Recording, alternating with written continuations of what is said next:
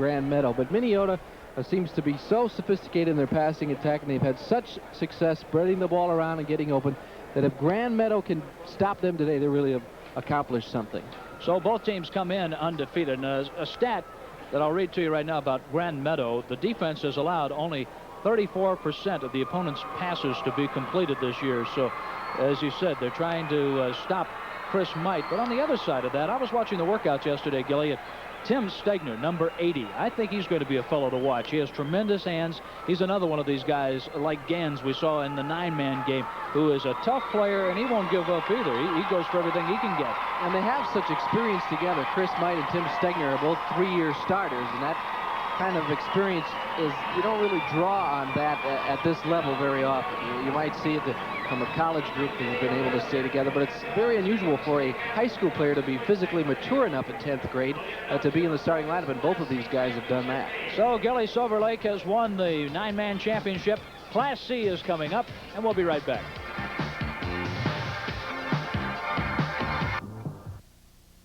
So, and the players are lined up on their sidelines, getting ready for the introductions.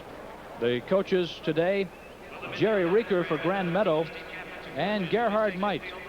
Gerhard Might is looking for his 3rd state title. You see him walking the sideline right now, and the teams are coming out to midfield for the introduction.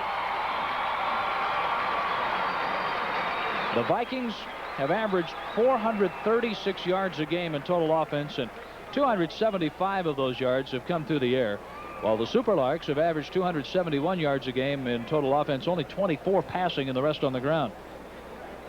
Such an interesting contrast, and Gerhard Might has to be enjoying the success his program is having right now, the last 2 years in the state tournament, because he's in his 22nd year of coaching, and it's just a remarkable feat to hang in there that long and work with the young people, and he's enjoying the fruits of his labor.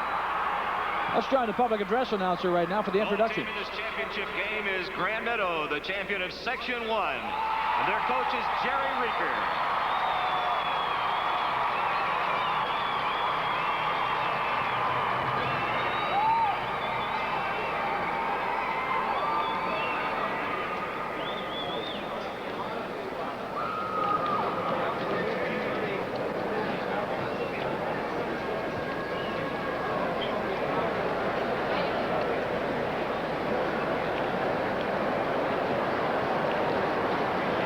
The coin toss.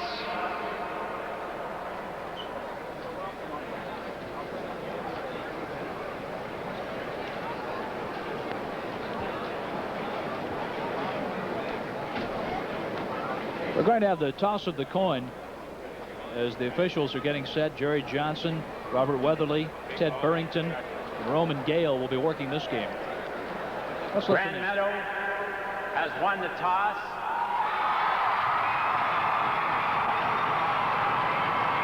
Deferred their decision till the second half.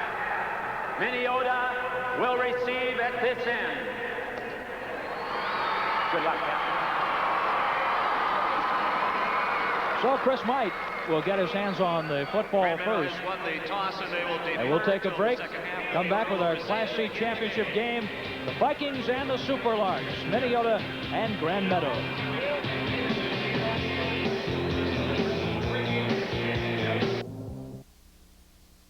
79 will be kicking off for Grand Meadow. Mike Fox wears number 23, and he's back at the 5-yard line. Grand Meadow to kick off. Minneota will get the football first in this Class C championship game. Fox at the 13-yard line, all the way across the 30 to the 34, and that's where the Vikings will have the football. 1st and 10, and a look at the starting offense for the undefeated Minneota Vikings. Might at quarterback, Van Koolen at fullback, Eric Hennon at running back, Mike Fox, who returned the kick, will be in there. Stegner, number 80, he'll be a fellow to watch. The rest of the offensive line. Van Overbeck is in for Van Koolen, who is bothered by an ankle injury in the backfield, and an incomplete pass on the first play of the game, with Fox out in the flat and giving chase on the play, Glenn Symes. I think it's important for Grand Meadow to have happen what just happened. They're coming in with the tournament jitters. Minneota is the defending champion, and they need to make something go their way early so they can feel comfortable out there, and they force an incompletion right away. Fox in motion. The Vikings like to go with a lot of movement. The swing pass is caught. Complete to Eric Hennon. And Hennon takes the ball out to the 38-yard line, and that'll bring up 3rd down and 6. And here's a look at the starting defense for the Superlarks. Benson, Clement, Johnson, Elke, Graff, and Cairns on the line. The linebackers in the secondary. Staysko, the linebacker. Tangen, Symes. And often you see this with football at this level, an enrollment of just 92 at Grand Meadow. A lot of players have to go both ways. Fox got tangled up with Glenn Symes and an incomplete pass. A pretty good battle for the ball. And a 4th down play. So that's exactly what Jerry Reeker wanted to have happen, to get a pretty good charge, a good defensive series, and then see what his people can do with the football as the Superlarks will get an opportunity. Eddie Symes, number 5, and number 8, Deke Staysko, will drop back. And to do the punting, Brett Van Boren. Good kick, you bet. And with a fair catch at the 21-yard line, Staysko calls it there. We have a break in the action. No score. 11 minutes to go in the first quarter.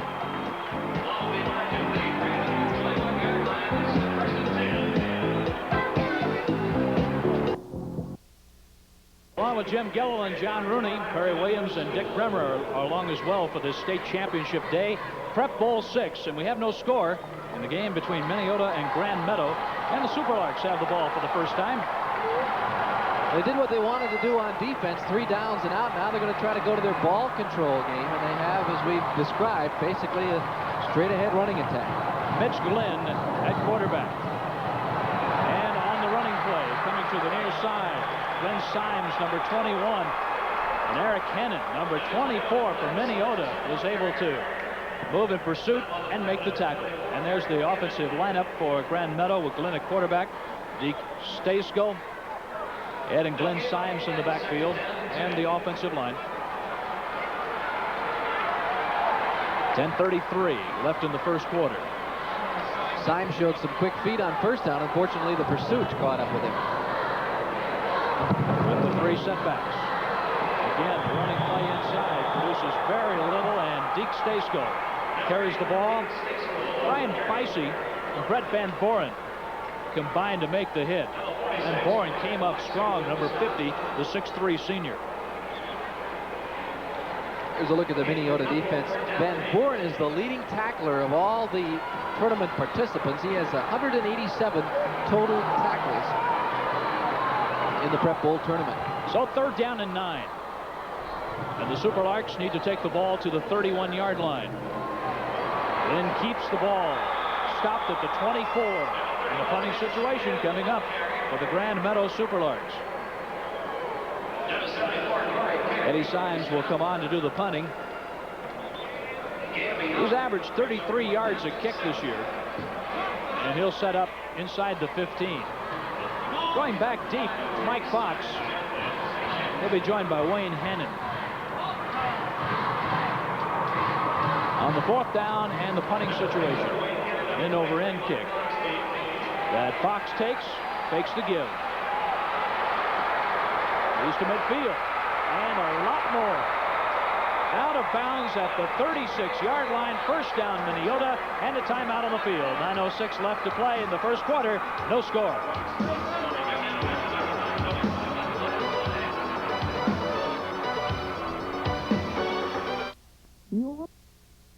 9-yard punt, 17-yard return for Mike Fox. And there's our map. The contestants come from for this Class C championship game. Minneota with the football, and now an official timeout. Minneota located down near Marshall, 12 miles away or so, and Grand Meadow down, I guess Austin would be the closest metropolis there. With the man in motion, penalty markers on the play, and Steve Van Koolen gets the carry. We mentioned he's bothered by a sore ankle. He went through the workouts yesterday. Scott Van Overbeck started the game, and they'll bring the play back. And we'll get the call in just a moment after they mark off the penalty. 9:01 to go in the first quarter. a scoreless first quarter in the Class C championship. The first game in the 9-man championship went to Silver Lake 30-14 over Verndale. Here's the call. We've got motion on the offense. First down. Wide receiver to the right side, Wayne Hennon. Working with a pair of wings, and now coming in motion, Eric Hennon. Mike to throw under pressure, and he is sacked. Brought down by Eric Clement, number 79, all the way back at midfield. And some of that quickness you talked about, John, in the pregame. Maybe Grand Meadow has the speed to corral Chris Might. He's been able to elude most tacklers throughout his career, but they're a nice play by Clement. Because of Mike's size, 5'10", he has some trouble looking over the line, but the way to deal with that, they like to roll out a lot, have a lot of play action. Now on the quick pitch. Across midfield, inside the 45 to the 43, goes Scott Van Overbeck, number 45 on the carry, and he was tackled by number 20, Scott Cairns. KMSP Television has purchased the broadcast rights to the 1987 Minnesota State High School Prep Bowl. No broadcast, rebroadcast, or other use of the pictures, descriptions, and accounts of this copyrighted telecast are permitted without the written authority of KMSP Television or the Minnesota State High School League. Good look at Van Overbeck, and you mentioned the ankle problem for Van Coolen. We may see more of Overbeck than usual today because of that problem. White rolling left, nice touch on the ball, and it's complete to Stegner. All the way inside the 20 to the 16-yard line, and Scott Cairns makes the play defensively. That's what I talked about in the pregame. Just watching Stegner work out yesterday. He has tremendous hands. He can double back, catch the ball. He's quite an athlete, too. You hear so much about Mike, but he has some good receivers and some good people around him that bring out the best in Mike. And of course, a very tough throw, rolling out to the left and leading your receiver toward the sideline. Mike laid it right in there for Stegner. Oh, he had nice touch on that pass. They've been clicking for 3 years. Inside running play to Fox. He bounced off a tackler, but was brought down at the 14 by number 5, Eddie Symes. Eddie Symes showing a lot of aggressiveness, sure tackling for a sophomore. Look at that helmet. Came up from the secondary, 5'9", 174 pounds. There's Fox breaking through one tackle, but here comes number 5, Ed Symes, just a sophomore, takes him out without any further advance. That's a well-decorated helmet for his accomplishments on defense and offense. They're after him again. He just throws it away, and he is down. A rule that he's down back at the 26-yard line. And Deke Stasko got in there to make the play. Well, he's really fortunate that they called him down, because otherwise it looked like a sure grounding attempt by Chris Might. He sees the pressure as he's rolling right. He doesn't see it yet. Now he senses the tackler, and as he is wrapped up, he just kind of flips it out there, and they rule that he is down. So it's 3rd down 20. The Vikings need the 6-yard line for the first down. Coming in motion, Eric Hennon. And the pass, what a catch there by Stegner. He was able to pick up about 8 yards, but he was down that had to get up. Symes was all over him. Excellent concentration by Stegner. You mentioned he slipped down, John, and looks up with his feet on the ground and is able to leap from that position and make a fine catch. And Symes is there, and Stegner knows that Symes is going to deliver a pretty good hit. 4th down. The Vikings go for it. They need 13 for the first down. Might throws to the right side, and it is caught. Touchdown! A touchdown for Wayne Hennon. Again, a timing pattern. Mitch Glenn back there defending, but I don't think he ever knew the ball was thrown until it was caught. Mike took 2-step drop. I'm sure that Glenn was running side for side, step for step with Hennon there. Thought he had his man covered. He turned his head, he looked back around, and he sees the official with his arms in the air, and that's what Minneota can do to you, strike so quickly. There's Glenn looking inside. The pass was thrown outside. The result, 6 points for the Vikings. So the touchdown pass, and the kick is no good. Devlamic missed the extra point attempt, so with 6:19 to go in the first quarter, Minneota is leading Grand Meadow 6-0. He has a great core there. Mike Fox, Tim Stegner have been with him for the better part of 3 years, and Hennon has come on strong this season. 11 touchdown receptions now for Wayne Hennon. DeVlamik kicks it off, and it's taken by Stejskal. Out to the 28-yard line, and it's 1st and 10 for Grand Meadow.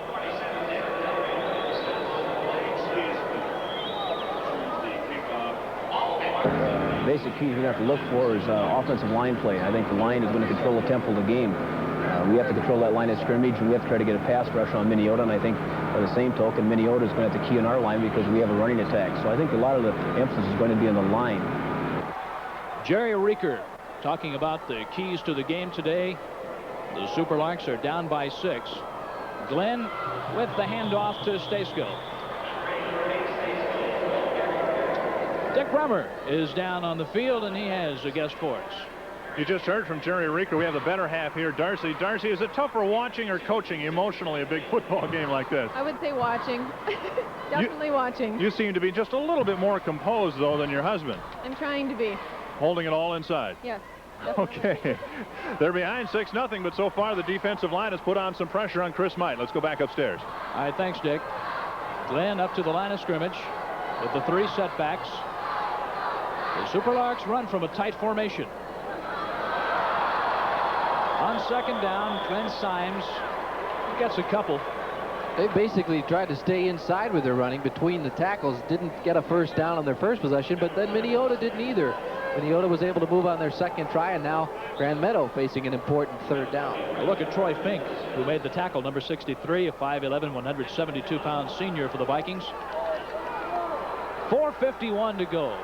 And if they want to keep it on the ground, you'd think they would like to make more than 5 yards on 1st and 2nd down, because you don't want to be faced with 3rd and long when you're a ground team. We're in the 1st quarter. Glenn on the roll, under pressure. There's Fink. Boy, he's an aggressive player, isn't he, Gilly? 2 for 2 for the young man from Minneota, number 63, Troy Fink. 5'11", 172 pounds. You see, Mitch Glenn does not go to the air too often. He rolls out, trying to get away from some of this pressure as he sees it come, but Fink is just too strong on that particular rush. So Eddie Symes will be kicking. Fox, Wayne Hennon are back deep. A wobbly kick, and Fox from the 41 gives to Hennon, number 34. Wayne Hennon across midfield. There he goes down the sideline. All the way, touchdown.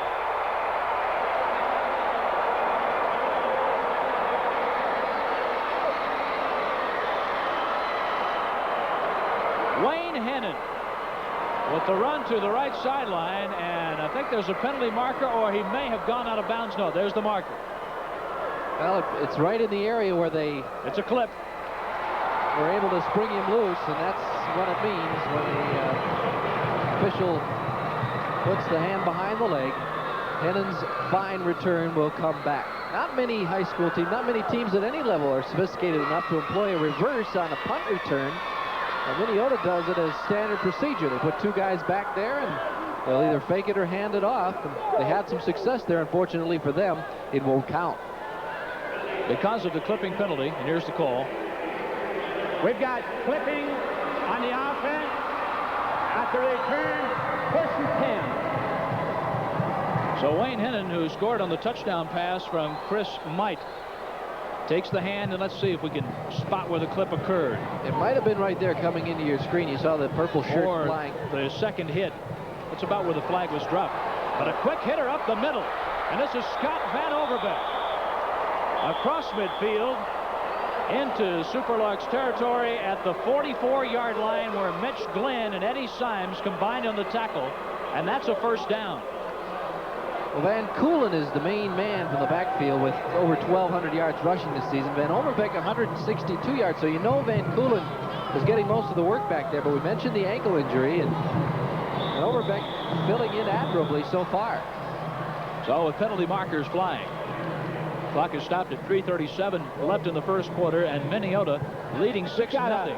Dead ball fall, encroachment on the offense. 1st down. Somebody in the neutral zone. And a timeout called by Grand Meadow. A timeout with 3:37 left in the first quarter. For Grand Meadow, Gilly, good size on the offensive line. It's going to be a matter of really ball control, of trying to put together a good drive to not only control the ball, to move down the field to score, which is the object, of course, but to keep that defense on the field a little bit longer for Minneota, because you know what's going to happen when Mike gets out onto the field. You know that Minneota figured to have the edge in the finesse game, and Grand Meadow, to counter that, has to get the edge in the power game, and they've been able to not do very much in their first two series. Haven't made a first down yet. The official inadvertently, I think, said that that penalty was on the offense, but they have marked it 1st and 5, so we'll assume that encroachment on the defense. That Grand Meadow. Scott Cairns, number 20, is 5'8", 126-pound senior, and he talks about his hometown. It's pretty much mainly a farming community. A lot of country kids out for practice. We go to school, practice, and still have to get home and do some work at home. But the fans help us out, and our parents help us out quite a bit. A 13-0 season to this point for the Super Larks of Grand Meadow. Scott Cairns has enlisted in the Marines. He'll be heading out upon graduation for a tour of duty down to San Diego for his basic training. Excited about the prospect. And we wish him a lot of luck. 1st and 5. 6-0. Minneota with the lead and the ball. Now with the give to Fox. And Fox is caught from behind by Glenn Elke, number 61, 6'4" senior. And it won't be enough for a first down, 2 yards shy. Whenever someone other than the fullback carries for Minneota, it's a finesse play trying to fool the defense, and they roll in motion one way and hand it back on the counter to Fox there. Picked up good yardage. On the pitch, Van Koolen, and he is nailed by Glenn Symes, number 21. He's limping back to the huddle too, is Van Koolen, and he's heading out of the game now. He just didn't look like he had a lot of the zip on his start there, taking that pitch out, trying to get upfield, and just the cuts are pretty quick on the turf, Gilly. Kind of half-stepping, and boy, that Grand Meadow defense does fly up there to make the tackle. 3rd down and 4. Football at the 38-yard line. Mike with a little more time, and incomplete. Another great attempt at a grab by Stegner, but they're going to rule that the ball bounced in there to him. But you can see why he has accomplished what he has. He not only has a great quarterback throwing to them, but he knows how to catch the football. And with the football in the area it is right now at the 38-yard line, the Vikings aren't afraid to go for it on 4th down and 4, and that's what they'll do. A big stand here for the Grand Meadow defense, because they had a 1st and 5. If they do not get it, it's a feather in the cap for the defense. Mike Fox in motion. Pass caught on the near side by Wayne Hinnon. He was all alone and has the first down with the ball marked at the 27-yard line. Brad Tangen, number 1, there for the tackle for Grand Meadow. Good pressure again on Mike, but he just loops it over the first line of defense. Standing all alone, going to that designated spot on the sideline. Hennon takes it. Doesn't do much after the catch, but hey, he's got the first down, and Minneota's still in business. Mike going for Fox, incomplete. Incomplete inside the 5-yard line, and Eddie Symes was with him. Another great timing pattern, and it almost clicked. Excuse me, Jeff Johnson back there. I said Fox. Fox is 23. Johnson, 83, was working the fly pattern down the left side. White had to let that go when the defensive back actually had the great position, and he had to hope that his receiver ran past him. Johnson did that. He just couldn't hang on to the ball. So Johnson goes wide to the left. Fox in motion. Hand off to Van Overbeek. He is tough all the way to the 21-yard line, and he had to fight for that yardage with Brad Tangen, number 1, grabbing him and then holding on. Did a good job of reading there, trying to pick a hole, forged forward, made 5 yards out of it. The Grand Meadow defense stubborn. He was wanting to go to his left and had to make that little cut back there, and that enabled him to get the yardage that he did. Tangen did a good job fighting off his blockers to get in position to make the hit and then hold on. 3rd down, 5 yards to go for the first down. An equipment problem causes the stoppage here. 2:02 left in the first quarter. Minneota 6 and Grand Meadow nothing.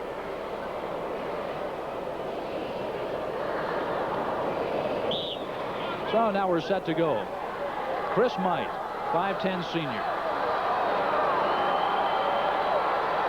99 career touchdown passes for Might. That's a national high school record. He's under the gun again, completes it to Fox this time, first down. And a flag in the backfield. Eddie Symes over on the play, but a first down catch. Going to be nullified. They gave a holding sign against Minneota, and I don't know what it was. It was a late flag thrown by referee Jerry Johnson. I can't believe that Grand Meadow would discuss many options here. It would be first down if they refused the penalty.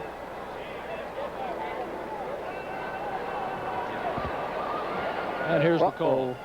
We've got a dead ball foul, personal foul on the offense.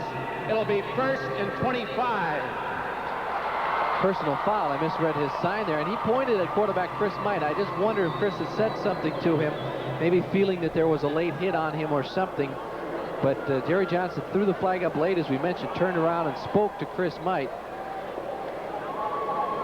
Evidently not liking something that was said on the field, either by Might or one of his protectors back there. Well, the Superlarks defensive linemen and the linebackers have made life tough on Might, yet you have to hand it to the Minneota quarterback, who has come through with some big passes, like the touchdown pass that he connected with Wayne Hennon on to put Minneota on the scoreboard. First down, 25. The ball is back to the 29-yard line of the Superlarks. Bootleg play action. And interference will be called, an early hit on Wayne Hennon. Glenn, and they're trying to make something happen. He got there just a little bit early. They have to force the offense, play hard, play aggressively. That time got in there just a little bit too soon. Again, fairly good pressure. Glenn Elkey was putting pressure on Might. You can see him coming there just a little too late. There's the bump just a shade before the ball got there. Good play on Glenn's part. Unfortunately, just a little too aggressive on that one. Well, we've had a lot of action in the first quarter of this game. 1:27 left. Minneota leads 6-0. So they'll get 15 yards back from that personal foul called a moment ago as a result of the pass interference. Defensive pass interference, automatic first down, 1st and 10. The ball is inside the 15. And here are the season stats for Chris Might, number 12. 38 touchdown passes. That's an awesome statistic all by itself. Over 3,300 yards. Believe it or not, he does not have a shot at a single season national record. 50 is the high school record for touchdown passes in the season, and somewhere near 3,900 yards. All of them came on first down, probably. 6-0 Minneota. First down for the Vikings. And they set up inside the 15-yard line of the Superlarks. Might looking to Fox. Touchdown. Got him over in the corner as he got a step inside Eddie Symes. And Mike Fox makes the touchdown reception. The 5'9" senior gives Minneota a 12-0 lead with that catch. Well, you can just tell that they have practiced this throw 1,000 times if they practiced it once. A little roll to the left, just leading his receiver perfectly is Mike. Fox didn't have to break stride, takes it in, and all Symes can do is grasp at the pant leg because it's a touchdown for Minneota. Tim DeVlamek with the kick, good. 1:23 to go in the first quarter, and we'll keep it here as Minneota has built a 13-0 lead. A pair of touchdown passes for Chris Might, and that gives him 100 for his career. A 19-yard touchdown pass to Wayne Hennon started the scoring, a 36-yard drive on 7 plays.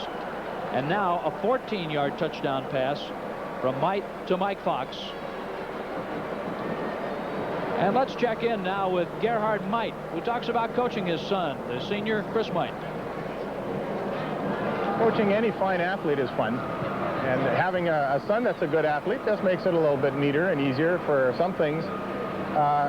Particularly in the ability to talk about the game in between the season or in between games. But any fine athlete's fun to coach. He has a Tom Landry look over there, doesn't he, Gilly? 22 years ahead of the Minneota program, and you know he's had a lot of fine athletes come through there. Oh, he's having a blast too. I noticed the press handout that we got, all the computerized statistics. Coach Mike keeps all of those up to date. Superintendent of schools there. And the choir director. That's right.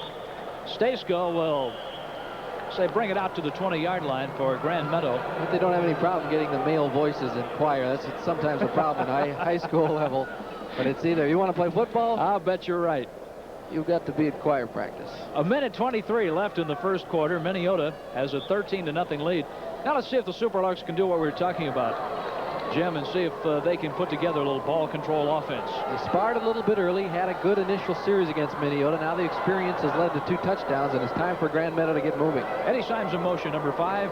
Glenn with the handoff straight ahead, and a loose ball, it appears, on the handoff to Glenn Symes. Let's see who has it. And the Superlarks are able to hold on. Let's go down to Dick Bremer right now. Dick. All right, as you guys know, each team has the option of bringing their own football to the state championship game. Some teams use leather footballs, some teams use rubber footballs. Grand Meadow, going against the top quarterback, at least in terms of touchdown passes in the history of high school football, lost all their game balls sometime between yesterday's practice and today's game. Maybe an omen, but it's certainly one thing they don't need to have to worry about. Staceco on the carry. Thank you, Dick. He comes up with all those good stories. He's doing a super job down there. I didn't know that. We do now. Again, Minneota has done what they want to do on the first 2 downs, giving Grand Meadow a 3rd and long to look at, and their passing attack has not been sharp. We'll see what they would come up with here on 3rd and about 6.5. Glenn came into the game 26 out of 72 passing. Symes in motion, and this is Glenn. It'll be very close. Gets very close. And I think he has it.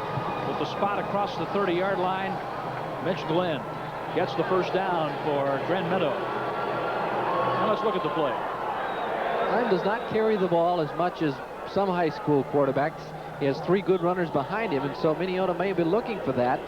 Fakes it to the fullback, takes it himself, stretches out for that extra ball length, and it gets him the first down that Grand Meadow so desperately needed at this point. And that's the end of the first quarter at the Metrodome in this Class C championship game. Minneota has a 13-0 lead on Grand Meadow. Grand Meadow's football with the first down when we come back for the second quarter. Down right at the end of the first quarter, and from the 30-yard line, that's where the Superlarks put the ball in play. Split backs, and knifing through, getting to Glenn. And the sack in the backfield, number 75, Tim DeVlumik. Let's look at it. He's a young player, just a 10th grader, and he nabs Glenn, beats his blocker. Well, actually, the blocker pulled off to go after the linebacker, and DeVlumik raced through and got his mitts on Glenn, would not let go. It's a loss of 2. Boy, was he quick on that play. 11:30 left in the first half. A loss of 3, 2nd and 13. Wing right, tight formation. From the split backs, a straight ahead running play for Glenn Symes, and he'll get about 4 yards, bringing up 3rd down 9. I think part of that problem they're having trying to move him out in the middle is Brett Van Born, the leading tackler among Prep Bowl participants this year. He's strong, 6'3", 200 pounds, which is real good size for this level of football, and he's the center on offense. Makes a lot of tackles in there. He's into the whole ball game. And he made the stop on the last play. 3rd down 9. The Superlarks need the 40-yard line for the first down.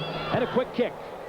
A good spiral. Eddie Symes with the kick. That's one of the advantages of playing on this kind of surface. If you get it down there, it's liable to bounce a long way, and that's about a 50-yard boot. So a good out by Grand Meadow. And with a break in the action, we'll be back to the Metrodome, where the score is 13-0 Minneota.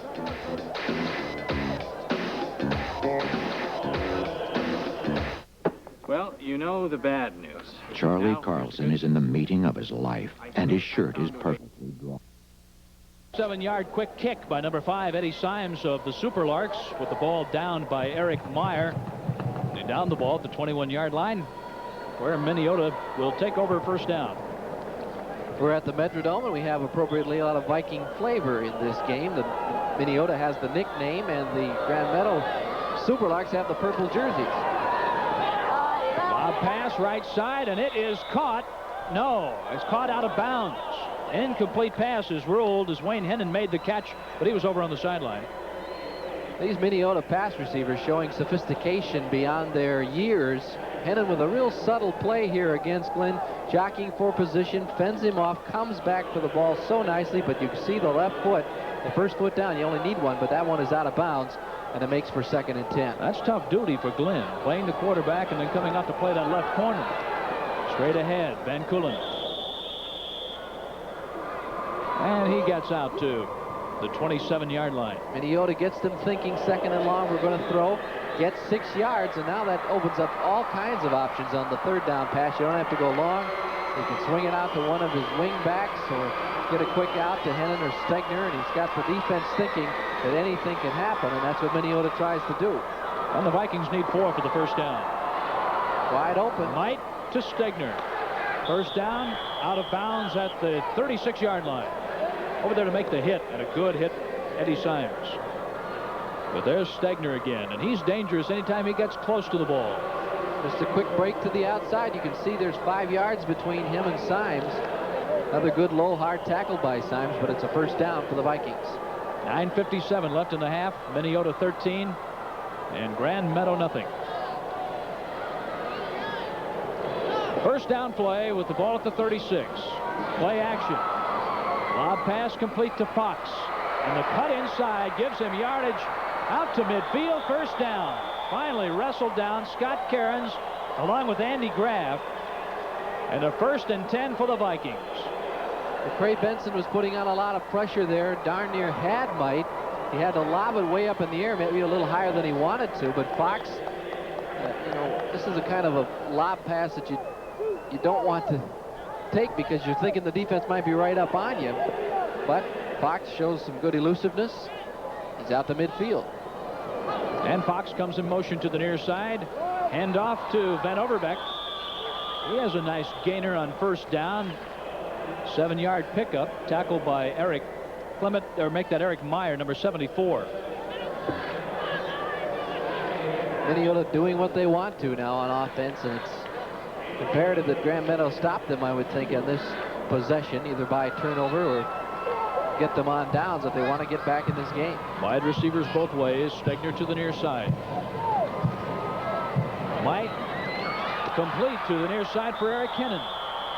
And he has a first down inside the 30, marked at the 28-yard line. Scott Cairns, number 20 in the area. Might rolling out again to get away from the rush, and where Grand Meadow was getting their hands on him in the early part of the game, now they're just missing him. And that leaves Might enough time to spot one of his receivers. Another first down. From the 28-yard line. In motion, Eric Hennon. The handoff, Van Overbeck. He was stacked up that time by Deke Stayskull, number 8. Nice quickness by Stayskull. They're trying to fill those gaps, put a good rush on early. And Overbeck might have had some room if he'd gone to the left, but he chose to go to the outside, and Stayskull made the play. Fox in motion this time. Play action. Swing pass complete to Eric Hennon. Inside the 20, inside the 15. All the way to the 13-yard line. First down for the Vikings. A tackle by number 60, Andy Graff, but after a first down. Minneota comes up to the line of scrimmage with all kinds of options, and Chris Might will audible a lot of times when he sees the defense in a particular position that he thinks he can take advantage of, and obviously that time he saw something to the left there. As the Vikings whoop it up, trying to get their 2nd straight championship. Van Overbeck, tackled by 65, Jeff Johnson. And he lost a yard on the play. Or did he get back to the line of scrimmage? Yes, he did. He got back to the line of scrimmage. 2nd down and 10. That's twice now Grand Meadow has stopped them on first down, but they've been unable to put two good defensive downs together. Anytime Mike can get outside, and that's what the Vikings like to do. Put people in motion, sprint out, quick pitch ahead, and going down to the goal line, out of bounds Fox. Inside the 3-yard line. Tangen and Eddie Symes kept him out of the end zone as Mike Fox went sailing down the left sideline, and here it is. Well, this time they're thinking pass for sure because he did not offer the fake to the fullback. So he's got Grand Meadow looking for the rollout pass and the little shovel ahead. That's the first down by Mike Fox. The Vikings come out of team with so many different looks, so many different things. Excellent shovel pass, too. Fox didn't have to wait for it. He just took it in stride, turned the corner. That's why it's so confusing for defense, especially after a stop on a first down. Surge ahead, and it stops. Van Koolen, the ball carrier, nailed by Andy Graff. Graff was in there, along with Cray Benson. Van Koolen again seeing spot duty, but he's their goal line man. There's Andy Graff, number 60. And he is joined by Glenn Elkey. Right up the middle. Second and goal at the 2. On the sprint out. And it's broken up. Flag at the 1-yard line on a pass intended for Wayne Hennon. That's going to be a tough break for Grand Meadow if indeed it is interference at the goal line, because Mitch Glenn coming up on the play, Gilly. Glenn made a good move on the ball, and if he made contact, he got up underneath there and had pretty good position. I think you could make an argument that it was a clean play by the defense, but Minneota gets the first and goal, and that's not good news for the Super Larks.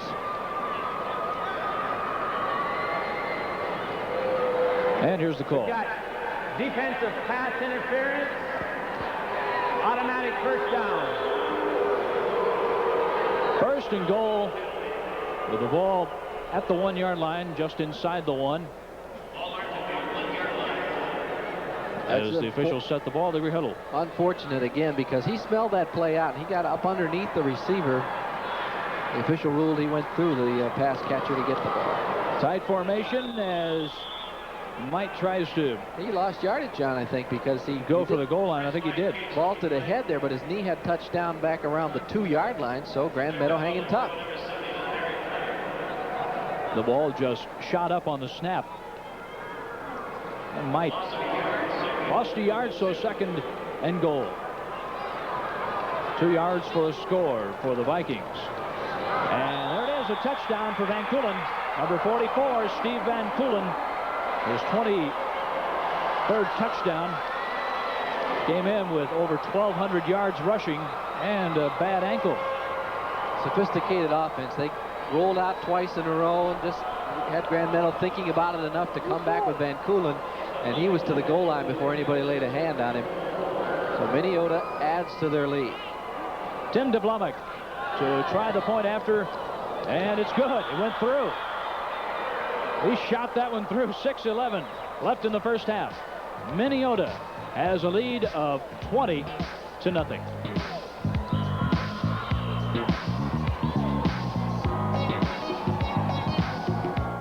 It's Monk Enterprises' gigantic furniture blowout located in the warehouse district in Dallas.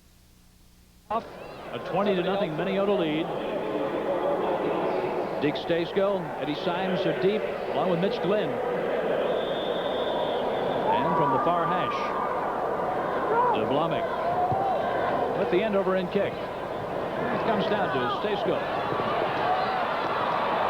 Good return up the middle. And that'll put life back in the football team, Jim.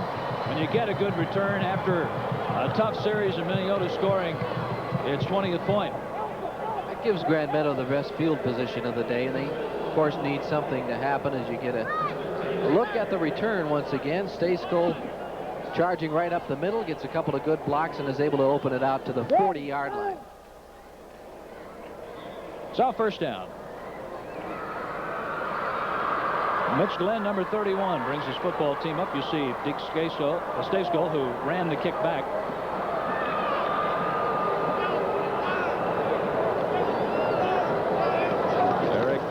McDermott is in the backfield and out to the 46-yard line.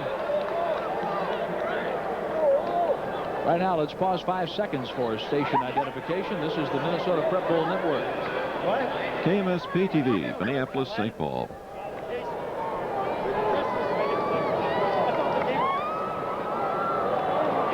.23 left in the first half.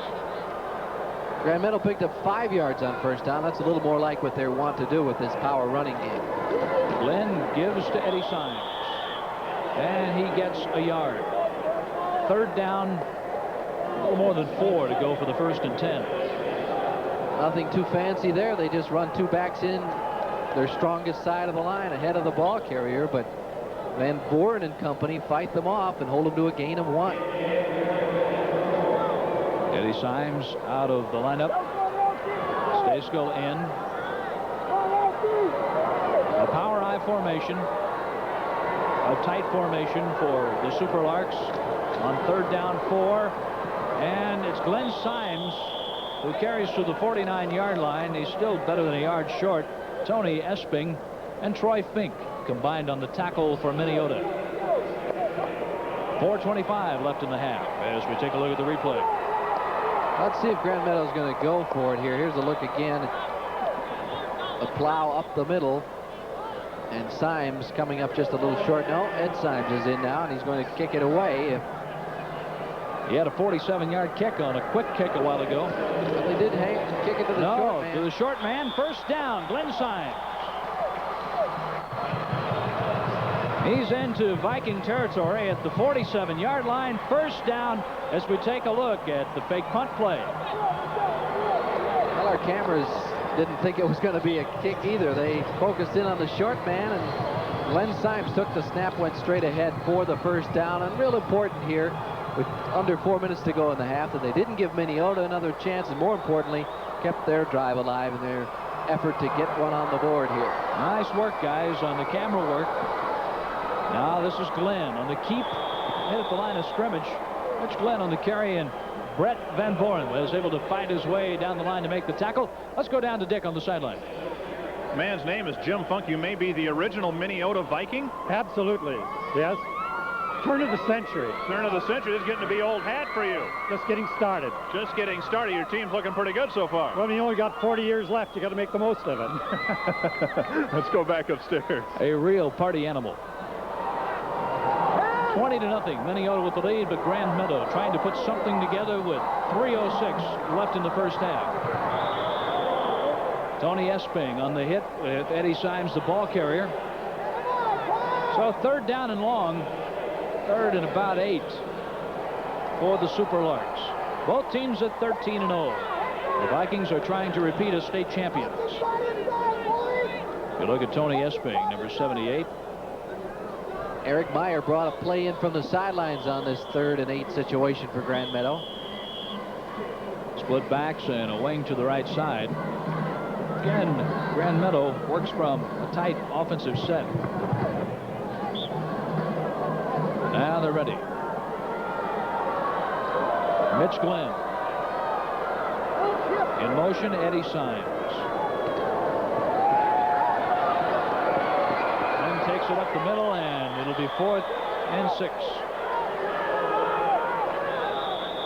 Bicey and Tony Esping. Let's take a look at 78, Tony Esping.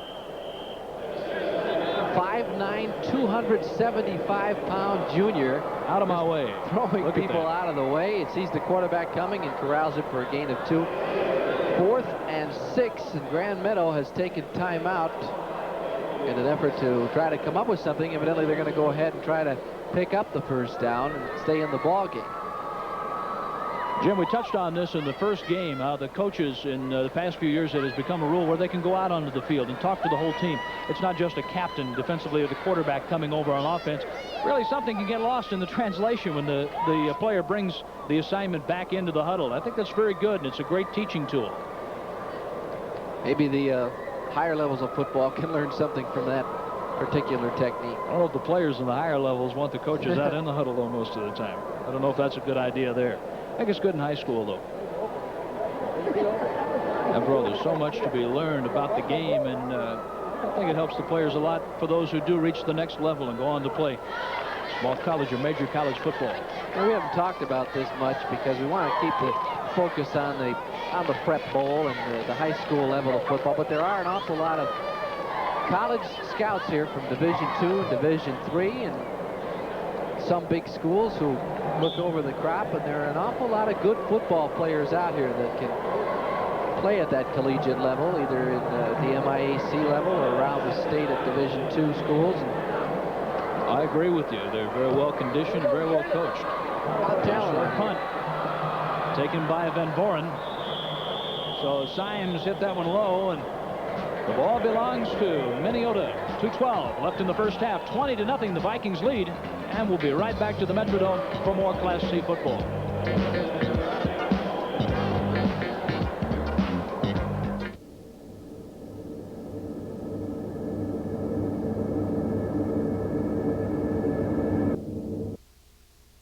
In the Class C championship game, and the Minneota Vikings have the lead in the ball.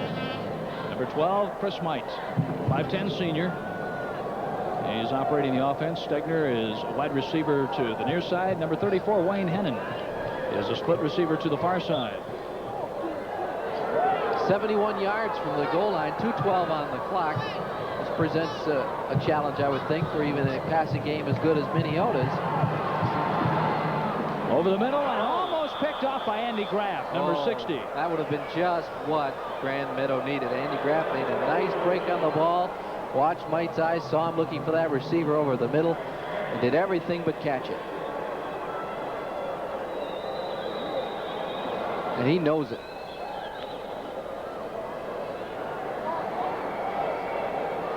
Almost had the interception, and great field position, if not better field position with a return. So the incomplete pass. Here's the second down play, and it's caught by Eric Hennon. Brad Tangen with the tackle. 1:55 left to play. Minneota going to the quick huddle. They're thinking, hey, 3rd and 7, no problem. We'll make this. And it's complete. Eric Hennon has the first down and stops the clock getting out of bounds. Eddie Sims on the play defensively, but 1:37 to go. I'll tell you, Jim, I've seen a lot of college teams that can't react this way and do so many things as this Minneota offense can do. Chris Might made a great play on that particular pass rush situation. Man's hands were up in his face. He just kind of slid it underneath his outstretched arms, kind of sidearmed it in there, and led Hennon perfectly. Got the first down. On 1st and 10. James Lean in motion. Might for Lean out of bounds. Glenn with the coverage. Tangen was over there. Chris Might is one left. Player, of course, who's drawn the attention of most every area college. Has at least contacted him to try to find out his interest, and he's also looking at the Air Force Academy as a possibility. 1:31 to go in the first half. There's Might. 100 high school touchdown passes will draw some attention. People compare him to Doug Flutie, that type of quarterback. And in and out of the hands of Stegner, and you won't see him do that very often. And Might picking himself off the ground. Grand Meadow came with a good rush there, but he released the ball at the right moment, hit Stegner perfectly, and he... Well, it appeared he was looking for bigger and better things, as he had an opening down the sideline had he been able to make the catch. Yeah, he wanted to wait perhaps, but Might had no choice. The rush was coming. He had to let it go. Sure. Good blocking by Lean on the line there as he stepped up from the backfield, made a nice block, and the catch is made near the 45-yard line by Wayne Hennon. And it's very close to a 1st and 10. I don't think he quite got there. Glenn Symes made the catch, and getting ready for halftime. We'll have more of a entertainment from the field for you. SLP, that must be Spring Lake Park. Powder blue. Marching bands, the pep clubs, the fans, the cheerleaders, all a big part of any high school football or high school athletic program for that matter. Measurement for the first down with 1:19 to go in the half. Very close. Not close enough, though. makes it 4th down. I imagine with just so little a distance, we could see Van Keulen, Van Overbeck, or maybe even a sneak. Still 2 timeouts for Minneota, so it's not crucial that they throw. Stop the clock. So 4th and inches.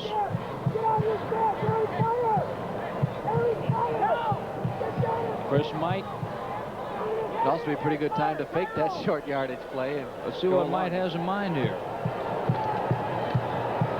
Overbeck. And he has the first down. On the quick pitch, Scott Van Overbeck carries to the 42-yard line, and a 1st and 10. The clock is stopped while the chains move up for the first down. Cray Benson on the tackle, by the way. That 2 looked like an audible. Looked like Mike got the line of scrimmage, turned around and hollered to Van Overbeck. Maybe saw the defense jamming in tight and said, hey, we'll just take it outside. You mentioned he likes to do that a lot. Might, and it's complete to Wayne Hennon. Hennon caught the ball, got out of bounds at the 30, first down. So far they've gone 40 yards in just a little over a minute, and they've got a minute left.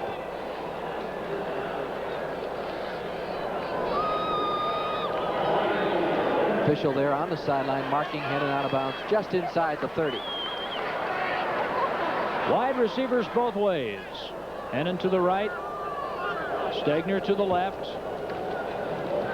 From the rollout for Stegner, and it's batted away. Nice play defensively by Scott Cairns. Had his eye on the ball, stayed with it, and then swatted it down.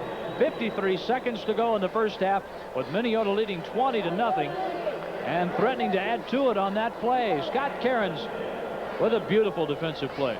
That time Mike could have thrown it just a little bit early. It looked like Stegner had a couple of yards, but Cairns made an excellent recovery and tipped it away. Here's the pitch ahead. Eric Hennon with that shovel pass, and timeout has been called by Minneota with 47 seconds left. It will be 3rd down and about 5. Andy Graff on the tackle for the Grand Meadow Superlarks.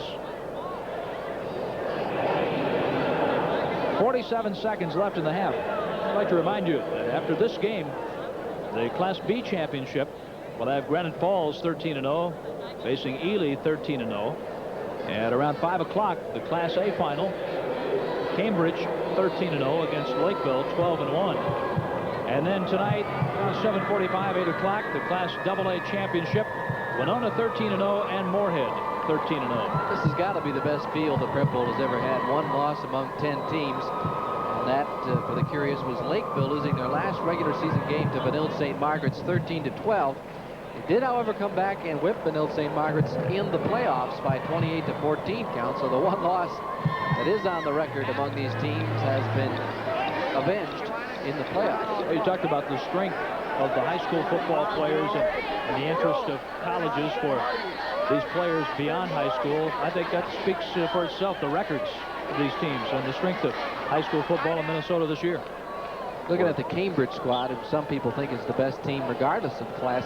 20 players at the high school level, 20 players 200 pounds or better. And what college coach wouldn't come to scout that game? Stegner wide left. Hennon in motion. And on the drop and the screen, Eric Hennon looks for a block, out of bounds at the 19. And that's good enough for a first down. Stopping the clock, 37 seconds left. Scott Cairns again up on the stop. And a ground level replay of the first down catch. Well, you just know they work overtime on this 2-minute drill. They know exactly what to do with it. He's got blockers and makes the smart play here. I'll get as close to the sideline as I can. Okay, 1 more yard, now I'll step out. And they used very little of the clock still with 37 seconds to go and 20 yards. The key to me was when they were back in their own 32, and they take a no-huddle offense on 3rd and 7. And on a quick count, caught Eric Hennon. 5 yards at a crack. They've got enough. That play took just 3 seconds. Down, out, makes the catch out of bounds. Here comes Might throwing it into your sitting room. And Hennon with the catch. 2nd and 5. 34 seconds left in the first half. Minneota is trying to add to a 20-0 lead. Chris Might. And incomplete. I'll tell you, he had Fox absolutely alone swinging out to the right. And evidently that play was designed to go down the middle to 83, not 23, and that would be Jeff Johnson. Glenn Symes on the coverage. 30 seconds left. 3rd down, 6. Now wide to the right, Wayne Hennon. Stegner wide left. The pass for Stegner, overthrows him.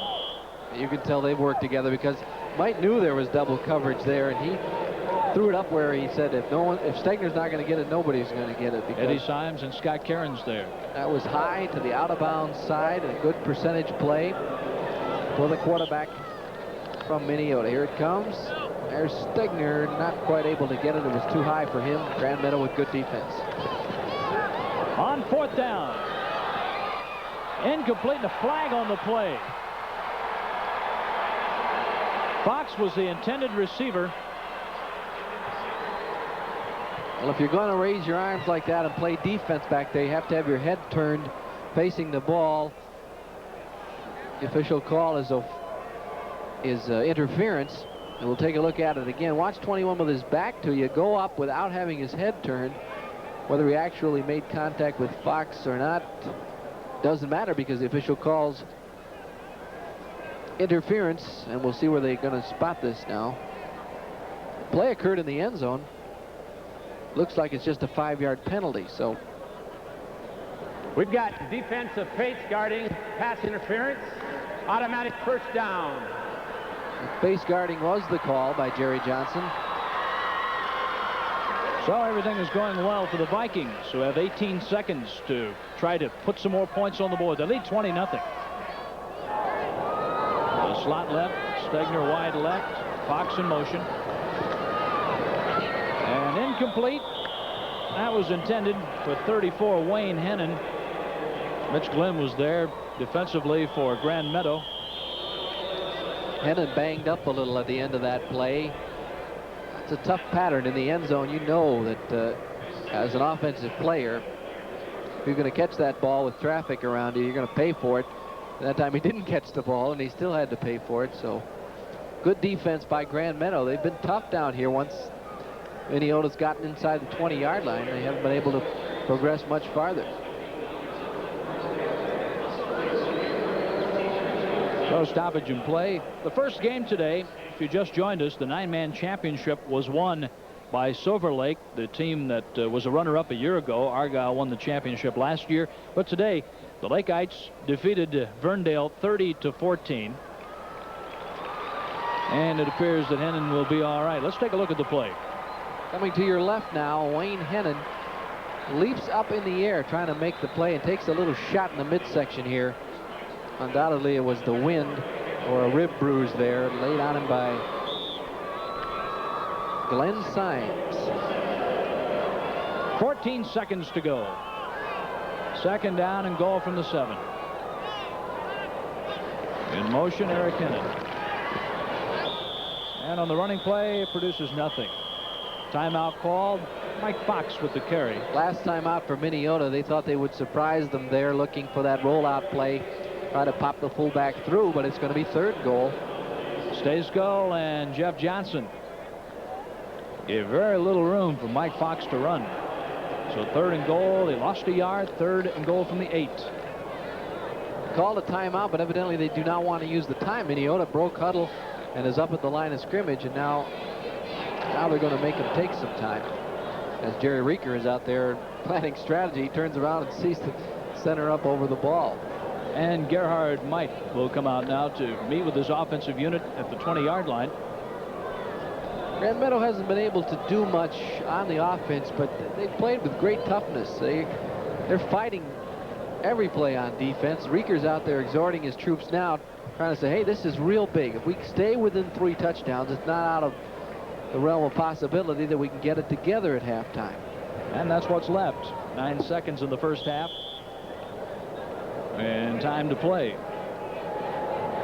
Gerhard Might walking back to his sideline across the way, and Jerry Reeker comes back to the near sideline. Our score is 20-0. Minneota leads Grand Meadow Minneota threatens with 9 seconds left. 3rd and goal from the 8. And this is Chris Might, and almost intercepted. Touchdown! Oh, boy, it's touchdown catch for Jeff Johnson after the ball went in and out of the arms of Brad Tangen. A touchdown for the Vikings with 3 seconds left in the half. You know, I like Jerry Reeker showing some class down there on the sideline, applauding the effort by his team. They did everything but finish the play. Beautifully defended in the end zone by Tangen, but the bounce is there, and these experienced receivers know how to snag him for Minneota. And Johnson. Well, that wasn't an easy catch because Glenn Symes was there with a hit. The point after by DeBlumik is good. Well, Jeff Johnson had to kneel in the end zone and regain his senses after the tag put on him by Symes. There's Mike, the token fake, slight roll to his left, pops it over there looking for Johnson. Tangen with a nice break on the ball, but instead of catching it, it just pops out of there, and a one-arm play by Johnson, who then gets labeled by Symes, but scores it, and Minneota has mounted a 27-0 lead. Great concentration there. He's watching that ball all the way when he had every reason to look up and look at the purple shirt. Nice play by Jeff Johnson. And there's a look at Johnson. He's a happy fellow right now.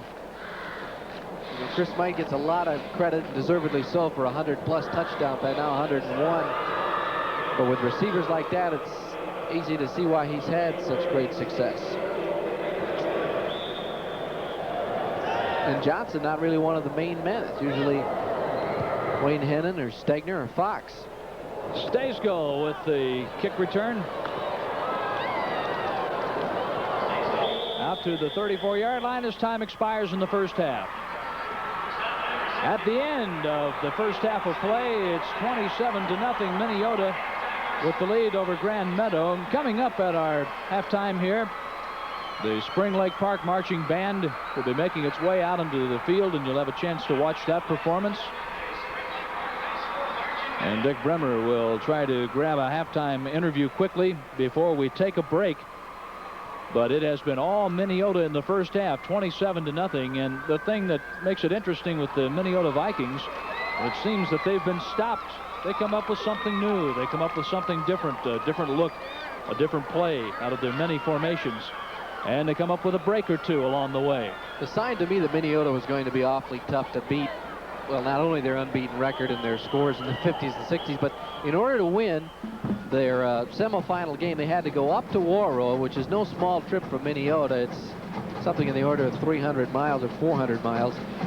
A play in temperatures is hovering around the 10-degree mark with a finesse offense and come away with 37 points and a fairly one-sided victory over a tough Warrow team, 37-14. You see that, and then you know that they're going to be coming ahead playing with a roof over their head on a super track good for the finesse game, and you know that Grand Meadow's going to have their work cut out for them. Grand Meadow has busted their tails, but they haven't been able to put anything on the board yet. Let's go down on the field now to Dick. Grand Meadow coach Jerry Reeker is with us. Jerry, really has to be frustrating from a defensive standpoint when you stop them for 3 downs and then they go ahead and convert on 4th down. It's frustrating from an offensive standpoint too. We just aren't able to do anything. They just completely dominated the offensive and defensive line of scrimmage, and the receivers are catching the ball. Mike's throwing the ball well. It's just been kind of a steamroller first half. I know that you're a run-oriented team, but do you have the potential to open things up in the second half and try to make up 27 points? Against the Minneota offense, their defense is going to be awfully tough because they have some quick defensive backs back there too. We tried to get outside a couple times the first half, and they just pushed us back. So it's going to be very difficult to work much outside or inside against them. I guess our best threat has to be just try to keep our heads up and try to go out there and try to play 2 quarters and try to make some points up somewhere along the line. Jerry, thanks for joining us. Good luck in the second half. Thank you. All right, let's go. All right, Dick. It's halftime. Minneota 27, Grand Meadow nothing. We'll be back with our halftime activities at the Metrodome in this Class C game right after you watch this. Completions for Might in the second half will break his own record. He completed 20 of 30 passes in the first half, and 25 and 35 are the state prep bowl records. As you can see where the difference in the game lies. Minneota 211 yards through the air. The record 229 yards. Guess who? Chris Might last year. So he is just within a handful of yards of smashing his own record. not much to choose from in the running game. Grand Meadow wanted to run the ball, but they've only got 36 yards, so they have been unable to score.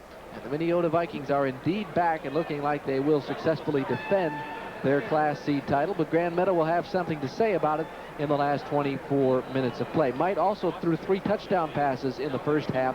That ties the Prep Bowl mark he set last year, so he has many marks within reach. 27-0. Minneota with the lead. Both teams back on the field now. Both going through their stretching to get ready for the second half. After this game, the Class B championship will come up. Granite Falls against Ely. And let's go down on the field to Dick Bremer. All right, thanks, John. Gerhard Might is with us, the head coach from Minneota. Gerhard, for the first couple series, they were able to put some pressure on Chris, but it seemed as if your offensive line did a much better job protecting him and creating some running room as well later on in the first half. I think so. They didn't come out quite ready for the pressure that came on them and got past him, but our offense and defensive lines have pretty well controlled the line of scrimmage this entire first half. You know, everyone talks about your offense, the passing offense, and you have a good ground game too, but your defense is just outstanding. At least it has been all year, hasn't it? They're tough against the run. So far the entire season they've been tough against the run. We only give up about 2.5 yards a rush. And that makes it tough on teams to control the ball against us. In fact, I think we probably controlled the clock the first half. Gerhard, continued success in the second half. Thank you very much. All right, 27-0 is the score. By the way, Gerhard's team has not allowed more than 20 points in any game this year, so the comeback attempt by Grand Meadow is going to be made especially tough. And Gerhard Might is looking for his 3rd state championship as a head coach. And his Minneota Vikings are leading 27-0. They're out to repeat their state championship, as last year Minneota won the Class C title right here against Sherburne Donnell. 52-19 was the final score. Earlier in the 9-man game, Silver Lake defeated Verndale 30-14. So this is Grand Meadow against Minneota, with the Vikings leading in the Class C game. Granite Falls will play Ely somewhere around 2:30, around 5 o'clock. It's Lakeville against Cambridge.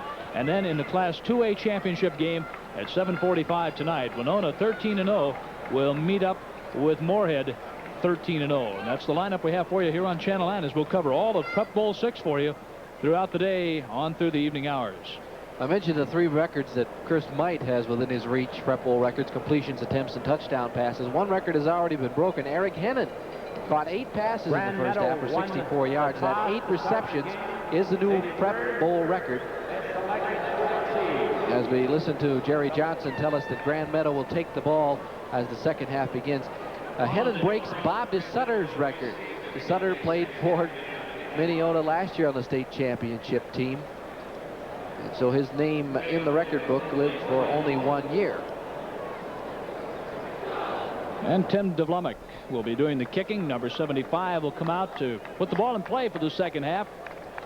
Jerry Reeker took a very realistic approach when Dick talked to him at the end of the first half, saying, hey, we've just got to get some success going. We got to try to go out there and win the war in the second half, and we have to dent this lead before we can worry about catching them. So he just wants to play some good football, make some progress, and then if it's in the cards somewhere as we turn to the fourth quarter, then put a push on. But of course, none of that will matter if they can't make something happen in a hurry here in the second half. Going back deep to the far side, number 5, Eddie Symes, as you look at the Minneota kicker, DeVlumick. Deke Stasko is back inside the 10-yard line. Mitch Glenn is an up man to the near side. And the Vikings break their huddle in. The Metrodome is hosting Prep Bowl 6 today. Game 2 of 5 games for you on Channel 9. DeVlumick with the kickoff. From the 26-yard line, Glenn Symes. And 38-yard line is where the Superlux will put the ball in play to start the second half, trailing 27-0. DeVlumick and Kurt Bicey combined on the tackle for the Minneota Vikings. Fairly good field position for Grand Meadow, and Symes did a good thing on this play. Sometimes the receivers will touch that knee down as they bend to pick up the ball, but Symes picked it up cleanly, then made a move to the outside, cut it back up, and establishes good field position out near the 38. All right, quarterback Mitch Glenn goes to work. Glenn Symes is a wing to the left. Running play to Deke Stasko. And he gets to the line of scrimmage.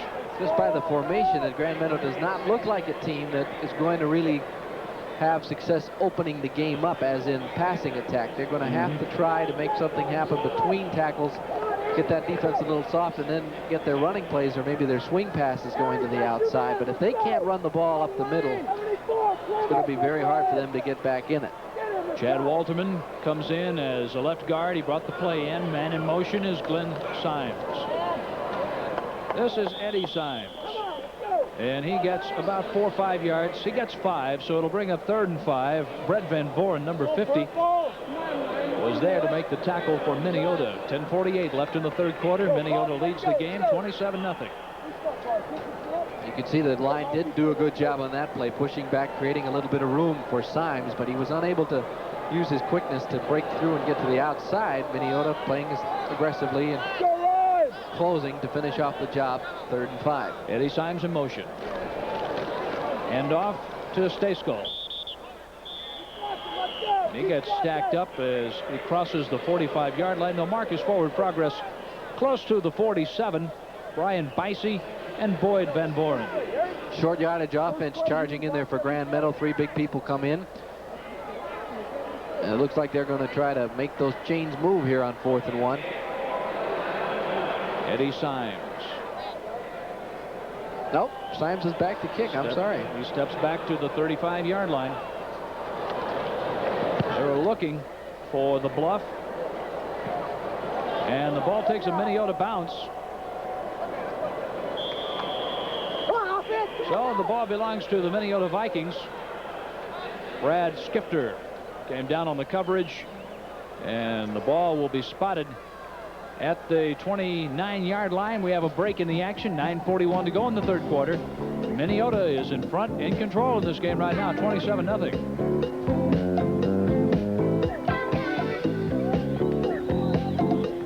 This weekend, bounce that turkey out of your... Nothing Minneota lead in the Class C championship. Chris Might, Wayne Hennon, they have been something to watch today. Tim Stegner, Jeff Johnson. Chris Might, number 12, the quarterback for the Vikings. He renews his assault on the Prep Bowl passing records. Whistle blows here. I'm not sure why we're... Well, they didn't get the snap off in time. Delay on Minneota. I think someone had lined up in the neutral zone or an equipment problem. Oh, Grand Meadow wasn't ready, perhaps. Gave delay sign on the defense. Failure to have equipment on, delay of game. First down. So 1st and 5. Equipment penalty. In motion, Eric Hennon. Overbeck. And he gets 2 or 3, tackled by Glenn Symes, number 21. And that 5-yard penalty really hurts Grand Meadow, because 1st and 5, very tough against a smooth offense like Minneota. They can nickel and dime you for 5 yards on almost anything they do. Instead of 2nd and 7, it's 2nd and 2. Mike overthrows Fox. Mike Fox, 23, the intended receiver. Stasko was back there, and now with 9:04 left in the 3rd quarter, it brings up 3rd down and 2. Heavy pressure from the secondary of Grand Meadow coming through Stasko that time. He and Mike stay to chat a little bit. I'm sure it's not about who's going to carry the trophy off. As Mike had to pick himself up on that play. Scott Van Overbeck is in the backfield, takes the pitch. And he has the 1st down out to the 41-yard line. Stasko and Andy Graff combined on the tackle. Overbeck came in averaging 4.9 yards a carry and scored a touchdown. He's a sophomore, 5'8", 172 pounds. He's getting an opportunity to play more because of a very tender ankle for the starting fullback, Steve Van Koolen. 8:47 left in this Class C championship 3rd quarter.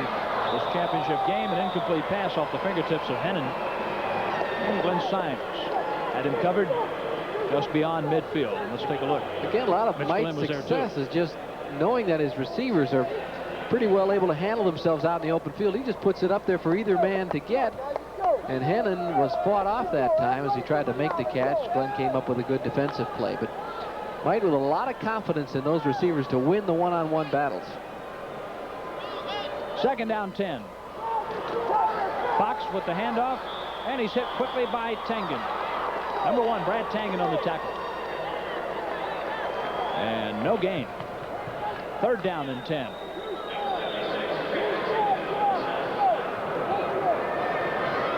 The Superlarks are trying their best to get the ball back. They're down by 27. Jerry Reeker still very much in the game. They're playing kind of toward the Grand Meadow side of the field right now. He's in there exhorting his troops on, calling defensive signals, trying to get that ball back. There's the bootleg and the catch, but short of the first down. Wayne Hennon with another reception. Mitch Glenn on the tackle.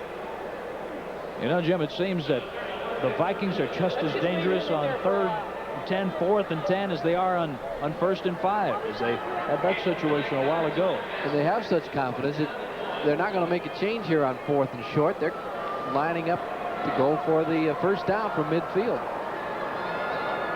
Gerhard Mike is not afraid to go for it at midfield, short yardage situation. Even 4th and 4, he's not afraid of it. And this time, the Superlarks win out.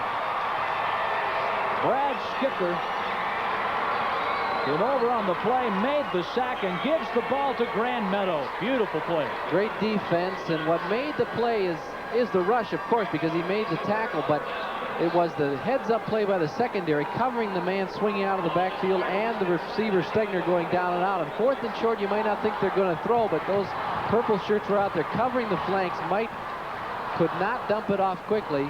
Both receivers covered. He had to eat it, and the ball goes over to the Superlarks. All right, Mitch Glenn, number 31, the quarterback, from the I formation and a wing to the right side. From the 44. That's Glenn Symes. And on the power play straight ahead, Brian Bicey and Eric Hennon stop him after a 7-yard pickup. That's the best gain that Grand Meadow's had on first down, making it 2nd and short, and that gives you a couple of more options. Good burst by the offensive line, a good surge. And a 7-yard pickup. 2nd and 3 from the 37. Trying the left side and finding some room. Glenn Symes, first down, tackled by Wayne Hennon, and a 1st and 10 for Grand Meadow. Minneota showing speed in the secondary that time because Symes had gotten to the outside. A lot of offensive backs might have been gone here, but they are able to run him down there with the pursuit angles as the Hennon boys crash in there for the stop. And now the Superlarks have something to get pumped up about. They're starting to have some positive things happen. A couple of good running plays, a first down. The ball is at the 28-yard line.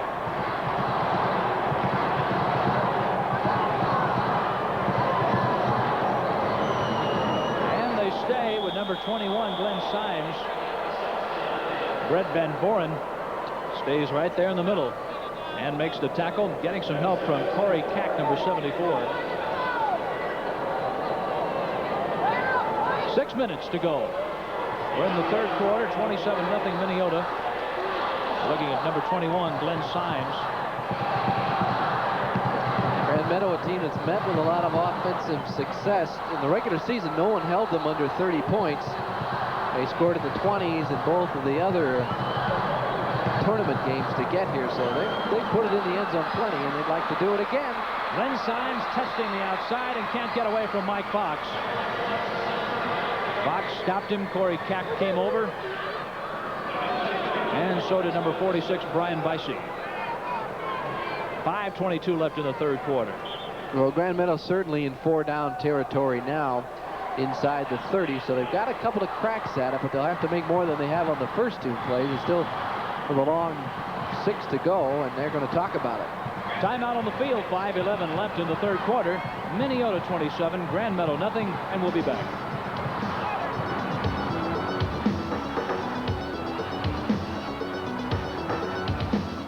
Finding the right gift is easy.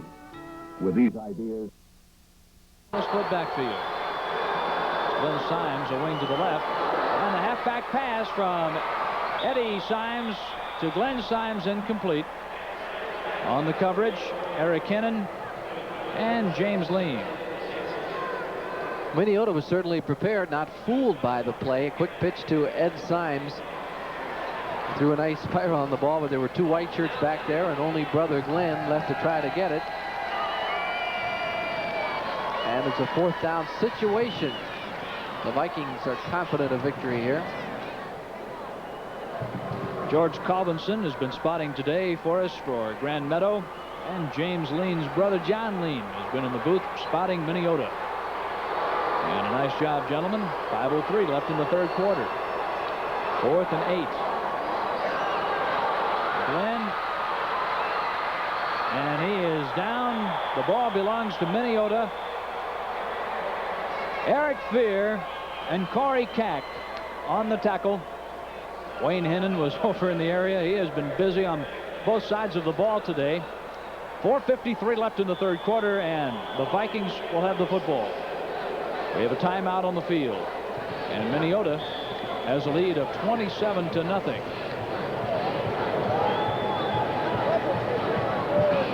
Now the Vikings are all set.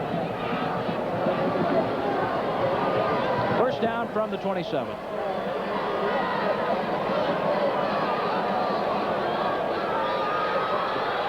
That's Van Overbeck. Tackled by Eddie Symes. Right now, let's pause 5 seconds for station identification. This is the Minnesota Prep Bowl Network. KMS PTD, Minneapolis, St. Paul, 2 o'clock.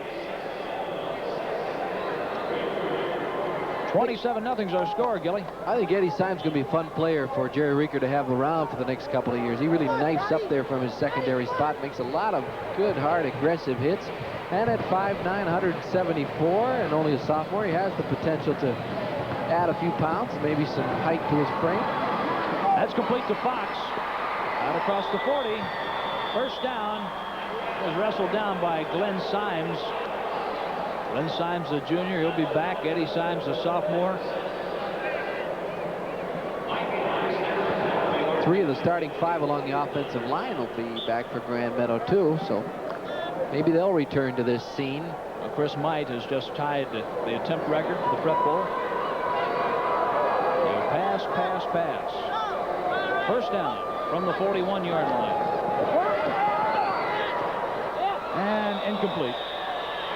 Over on the far sideline, Jeff Johnson tried to latch onto the ball. Mitch Glenn was defending for the Grand Meadow Superlights. Stopping the clock at 3:39 left in the quarter. Brings up 2nd down and 10.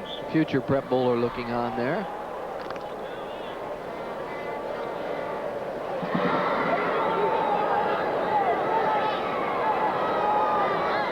Minneota with 2nd down and 10. Fox in motion. Handoff inside to Lean at 33.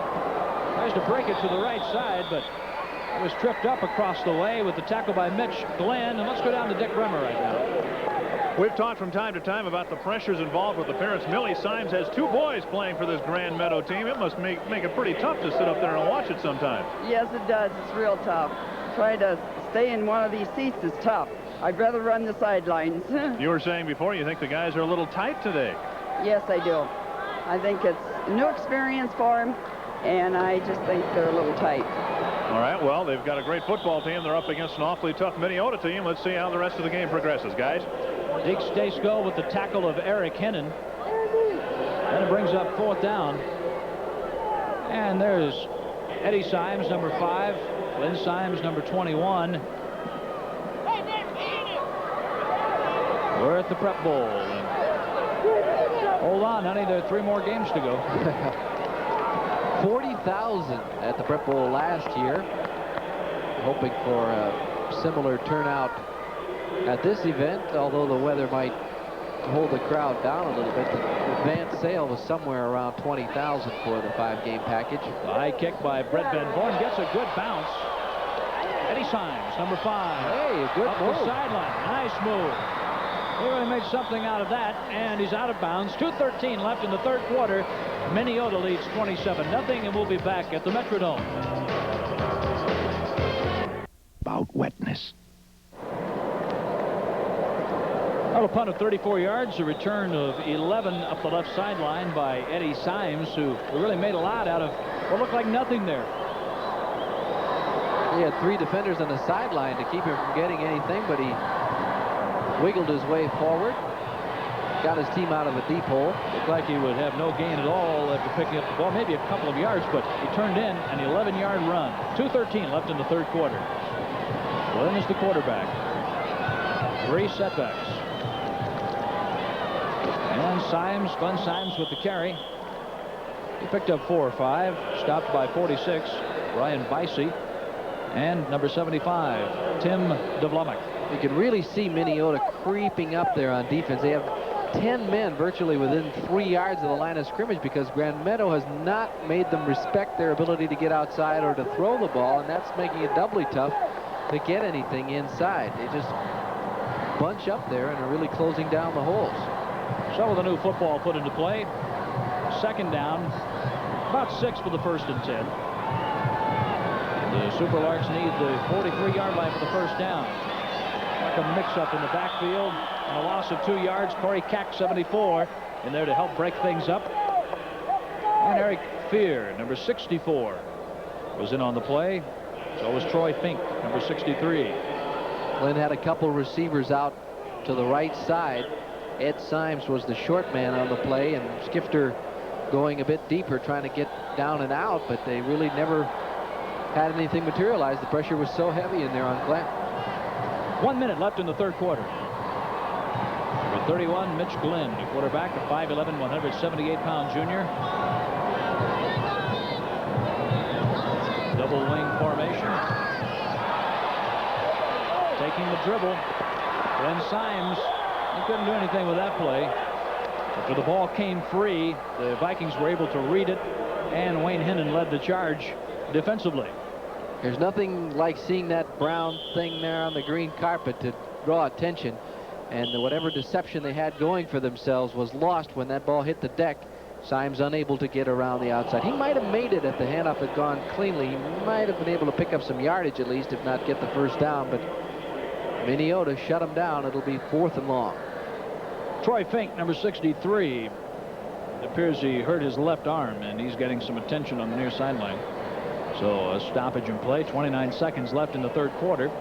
Coming up, Perry Williams and Dick Bremer will be in the booth for the play-by-play and color of the Class B championship. Jim Gilliland will be down on the sideline as Granite Falls, 13-0, will face Ely, 13-0. The Class A game at 5 o'clock has Lakeville against Cambridge, and then the AA game at 7:45 features Winona and Moorhead. Both of those teams are 13-0. Looking forward to the Kilowatts return to the Prep Bowl and their fine running back Rick Meyer, much sought after college prospect. He's one who is getting some looks from Division I schools.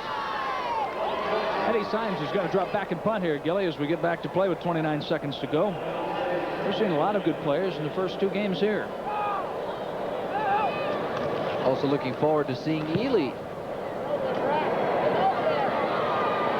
Taken by the up man, Brett Van Doren. And now the pitch out to 34, Wayne Hennon.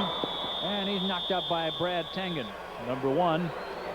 Here's Van Voren, an offensive center and a linebacker on defense, flipping that ball around like he's an option quarterback. 27-yard punt and a 3-yard return on the play. And let's watch this pitch. He's a pretty good-looking athlete. I got to believe he's going to be playing football somewhere next year. That was a nice play, as he had Glenn Elke bearing in on him. Elke had him wrapped up. And then the pitch. 10 seconds left in the third quarter. Chris Might brings his club back out. Complete. Eric Hennon out across midfield to the 44-yard line. First down. Eddie Symes on the tackle.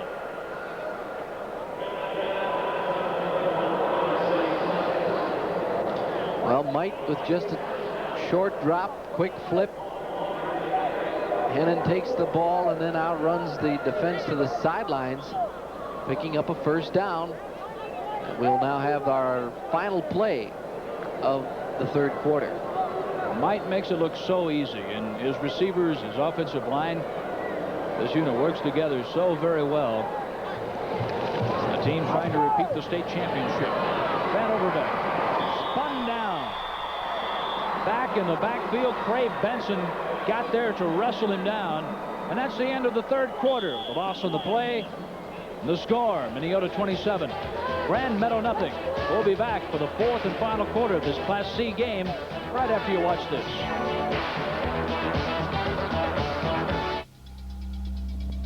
Class C championship game, the state of Minnesota for 1987. Minneota 27-0 over Grand Meadow. Might incomplete. 24, Eric Hennon with the catch. Third down and about 12. Brad Tengen over on the tackle. Again, good defense by Grand Meadow, but the Minneota short passing game so proficient that he's able to lead Hennon out there. And even though Symes is, I should say, Tengen is right there, it's a short gain and makes it third and possible now from 12 yards away. Eric Hennon, 24 in motion. Complete. Stegner, number 80. And the first down at the 31-yard line. Well, you think Stegner knew how much he needed for the first down. He just went right past the yard marker, turned on the spot, and took it for the first down. Number 12, Chris Might. How does he feel playing for his dad, Gerhard Might? Well, I don't think it's anything different playing for my father than any other great coach. He's a great coach. He teaches football as well as it can be taught, and he has a great repertoire with the kids. He really gets along really well with everyone, and he associates with all the different kids. It's not like he has a group of kids that he really likes. And I think all the kids really respect him, and we all enjoy him as a coach. Van Overbeck with the carry, Elke with the stop. 26 completions for Chris Might, and that's the Prep Bowl record. His dad has a great repertoire with the kids. Repertoire of plays, I think. I think we've seen them all today.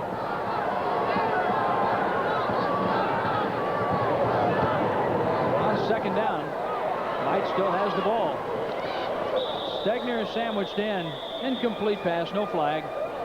Stegner was the intended receiver. Eddie Symes back there defensively, along with Scott Cairns. That roll out to the left, tough play to execute, but Might does it as well as anyone I've seen at this level. And watch the touch on this pass. He's throwing into double coverage. Not a perfect spiral, but right where it needed to be for Stegner to have a chance at the play. It was either his catch or nobody's catch. Out wide to the right side, Wayne Hennon, number 34.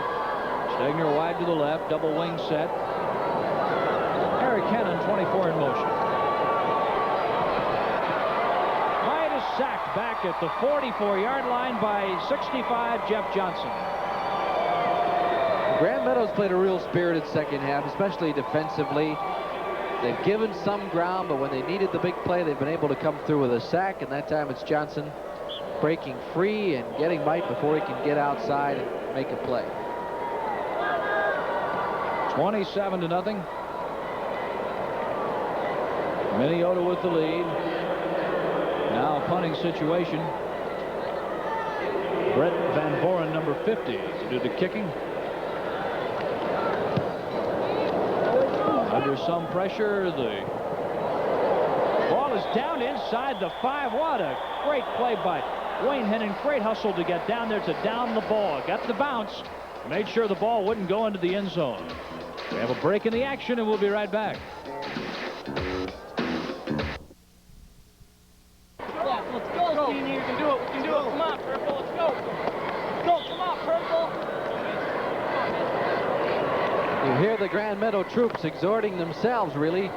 You could hear Stayskull say 9 minutes and 41 seconds of your life left, seniors, and that's really true. These guys on the football field as Grand Meadow players, this is what they'll remember, and they want to at least get a touchdown here to remember things by. And the charge ahead across the 5-yard line, Glenn Symes, number 21. Good busy day for him. 9.5 minutes left. Ryan Bicey and Wayne Hennon on the tackle. Credit as well to 74, Corey Cack. Chris Might has some new Prep Bowl records on that last drive. last season in the championship, he was 25 for 35 for 229. All those marks are now gone. He is 26 out of 41 for 262. So attempts, completions, and total yardage marks have all been broken. He has 3 touchdown passes, which ties his output of last season. Mitch Glenn under center. And where's 31? Again, on Symes. He has the first down out to the 18-yard line, tackled by Brian Bicey and Eric Hennon. Watch this charge from the offensive line, and then the run by 21 Glenn Symes. Got through the hole nicely and cut it upfield for the first down at the 14. Father and son. I'm sure they'd prefer to be called coach and quarterback at this moment, but quite a relationship. First down for the Super Larks. This is Eddie Symes cutting it back to the middle. And a good first down run, picking up 6 or 7. Starting to make some hay in there. They have the lineman knock the people off the ball and then let the running back feel his way for yardage. 2 nice runs there by the Symes boys. That'll help relax Mom a little bit. She said she was tense watching him play there in the 3rd quarter. Up to the football, number 56, Trey Benson. He's the center. Mitch Glenn with the 3 setbacks. Glenn Symes, and he is thrown back. Mark Tillmans, 35, is in the game. He's a junior. And Brett Van Voren, number 50. Watch them work now. Here comes Glenn Symes, leaping through a hole, but stood up nicely and driven back by a gang tackle. And Voren there again. 3rd down, a little more than a yard to go for the 1st and 10. Grand Meadow has to get past the 29-yard line for the first down. Graff and Clement are in the backfield. First down. Eddie Symes with the carry. Eric Hennon, Tim DeBlomik in on the tackle. Usually when you have a sophomore who's playing a lot, he's in a position maybe where it's not so physically demanding, either quarterback or receiver. But Symes, boy, he sticks his nose in there on every play. He comes up strong from the secondary, carries the ball a lot from his halfback position, and very impressive sophomore, as is his brother, just a junior. Super Larks had the elephant backfield in there with 60 Andy Graff and 79 Eric Clement the last time, and they got the first down. Quarterback keep.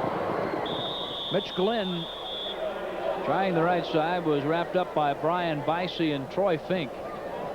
And he got 4 yards.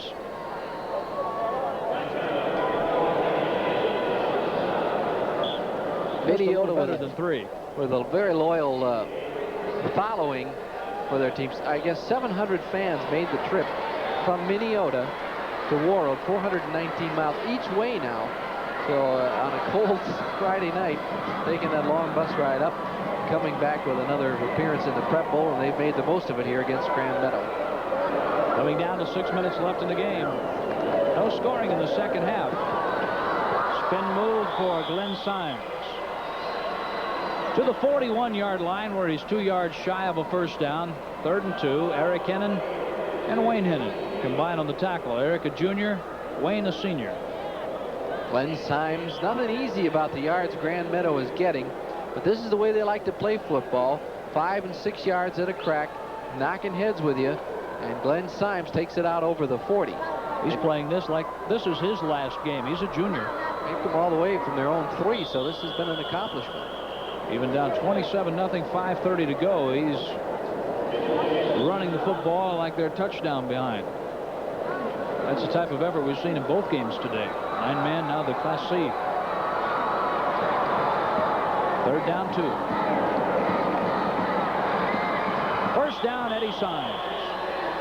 And he takes the ball out close to midfield. They'll mark it at the 47. Brian Bicey on the stop, number 46 for the Vikings.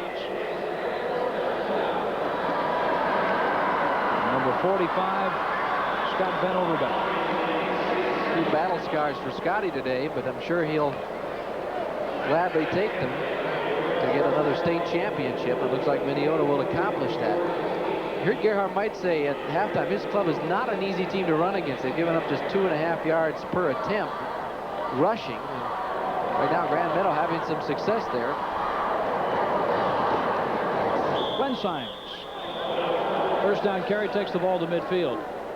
That's something Gerhard Might is just as proud of as all the offensive numbers. He likes to talk about his defense as much as he does a good offensive unit. And if they succeed in shutting out Grand Meadow, they'll really have something to talk about. 4 minutes and 30 seconds left. We're in the fourth quarter. Minneota 27, Grand Meadow nothing. The Superlarks have the ball. Second down, 8 from midfield. Glenn on the rollout. Got his man. Incomplete. Oh, he stayed with it. Brad Skipter was covered by Eric Hennon. After the ball was tipped in the air, he still didn't give up. Brad's finding out that those artificial turf landings aren't quite as soft as the grass. Makes a nice attempt at this play. Hennon does a good job to get his hand on the ball, but then Skipter almost gets there. And that would have taken them inside the Minneota 20 down to about the 15, but wasn't to be on that play. Skipter goes wide to the right side. A wing to the near side. Number 20, Scott Cairns. It's a double wing formation. One setback. Glenn is sacked. He's nailed by Eric Fear. Also in the number 70, Tony Princeton. A 6'4", 230-pound sophomore. Number 64 is Eric Fear. He's a 6'1" senior playing in his final high school game. As the Vikings are 3 minutes and 44 seconds away from repeating as state champions. The Viking cheerleaders a happy group right now.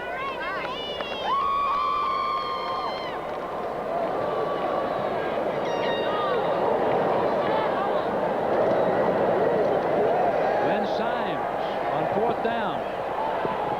And the pass is caught. Beautiful catch by 82 Brad Skipter. A big play for Grand Meadow. They really want to get something on the scoreboard, and Minneota had to be looking for some kind of a fake there. They just executed it very well. Might have been a tip with Symes back there in punt formation, and rather Glenn Symes instead of Ed Symes, who's the kicker. Glenn Symes has Great pass too. He threw it right in there. Might move him to quarterback. We have a timeout on the field. 3:23 to go. 27-0 Minneota leads, but Grand Meadow is trying to get something going late in the game, and we'll be right back. I'm serious about my work on Sundays, and I'm serious about my chains. Busy again on the sideline, Dick. Viking fans think that they're number one, and in 3 minutes and 23 seconds, it looks as if they're going to be state champions for Class C once again. It's loud up here. It's been loud all afternoon long. While they chant. Dick was there? Okay, we'll take your word for it. While they chant, we're number one. Grand Meadow would like to get some points on the scoreboard. Eddie Symes going hard up the middle, and he has a first down. 31-yard line, 1st and 10. Tim DeVlanek with the tackle, and Eric Hennon on the play as well. They haven't had a lot of success up the middle until this drive. Grand Meadow's been doing a good job of getting those initial blocks and letting the backs feel their way. They started this drive with 9:41 to go. Now we're almost at 3 minutes, so they've had the ball 6.5 minutes. Here's the pitch for the halfback pass. Glenn Symes being chased. Brings it across the field, and it's caught by the quarterback. Mitch Glenn with the ball. 1st and goal. Afternoon at the Improv for Glenn Symes. He was all over the football field, directing traffic. Looked like he'd been back there the whole game as a quarterback or something. Here he comes, reverses field, picks up one block. Now he's going to start pointing. Okay, Mitch, here it comes. Good move put on the ball there by number 51 of Minneota, Boyd Van Voren, but he couldn't quite get there. Glenn wrapped it up and took it down near the 10-yard line. 1st and goal. just inside the 10. Eddie Symes to the 6. Tony Esping, 78, wrapped him up, along with Boyd Van Boren. 2:19 and counting.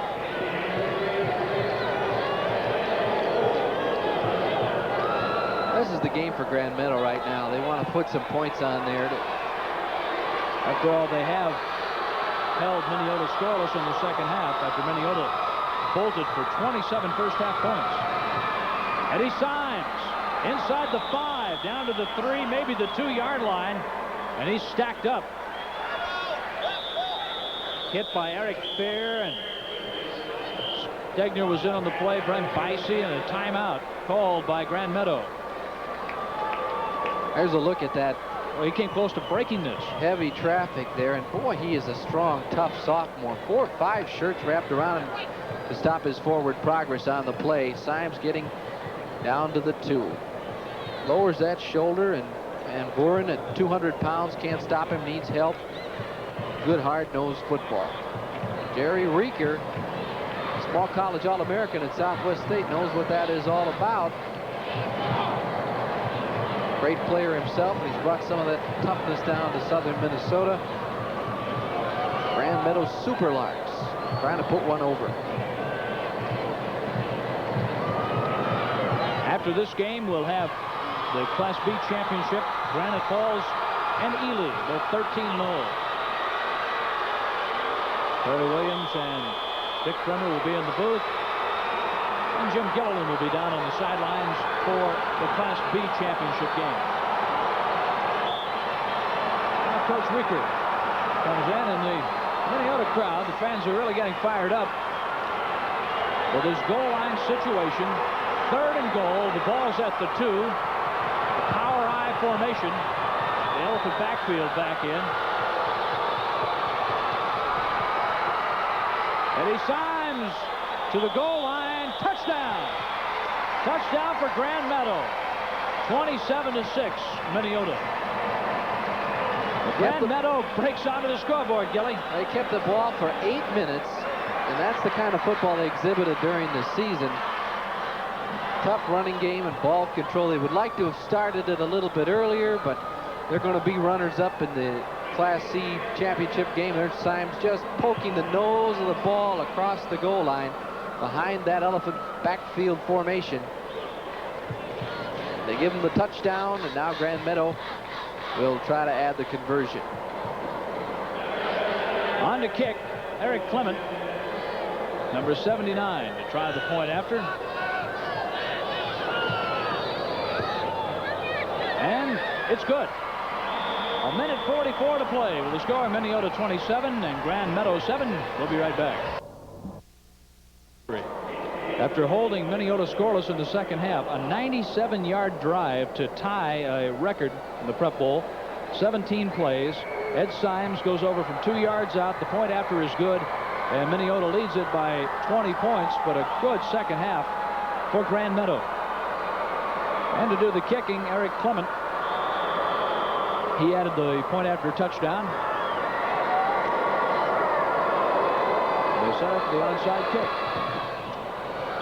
And it's covered at the 46-yard line by Brett Van Boren. 1:43 to play.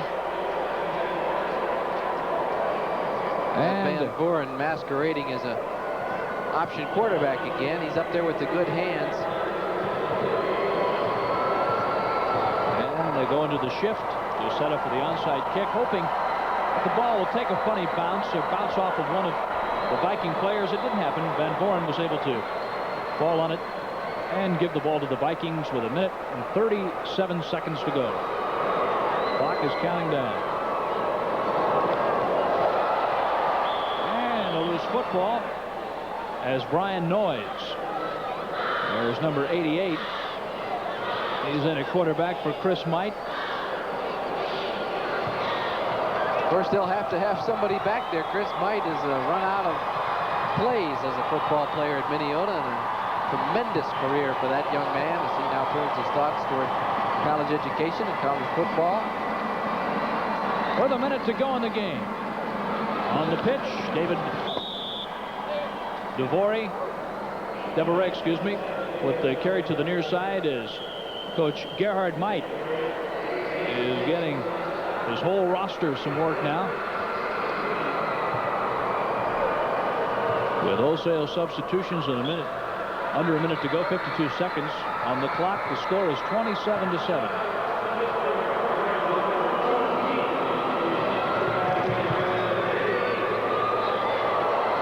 And it's picked off by number 5, Eddie Symes, with 46 seconds to go. The noise is intercepted. Old Hassard, with 4 catches this year, 1 for a touchdown, is the intended receiver. Grand Meadow brought a great rooting section with them, and they've been up most of the second half. They've been staunch defensively. They had the great drive there on offense, and Ed Symes makes another big play. He scored the touchdown just moments ago, and so with 46 seconds left in the contest, Grand Meadow gets their hands on the ball again, and they'll get a chance to get some players into the game during this timeout that might not have otherwise gotten a chance in the Prep Bowl, and that's always nice to see. Number 10, Shane Simonson, in the game for the Superlarks. 27, Tim Skipter came in. Now he's coming out along with Simonson and Mike Mailing. 46 seconds left. Craig Bicey comes into the defensive huddle. Boyd Van Voren goes out. 86, Chow in the lineup. Back in is Tony Princeton. New quarterback for Grand Meadow. Number 12, Eric Discarud. Yeah. Eric Discarud is the quarterback with 46 seconds left to play. 3 setbacks. And they lost a yard back to the 35. With Bakke on the tackle along with Craig Bicey. Mike Mailing in there, number 30 that you mentioned a moment ago, John. 5'3", 118 pounds. But Chris Emmanuel comes in. Out of the lineup is John Castle. And he's only a 9th grader, I should add, so he does have a little room there to spurt. 13 seconds and counting. 2nd down, 11. A running play, and the clock will just run on out. Mailing, the carrier, and repeating as state champions, the Minneota Vikings. Time has run out, and the final score in the Class C championship game, Minneota 27 and Grand Meadow 7.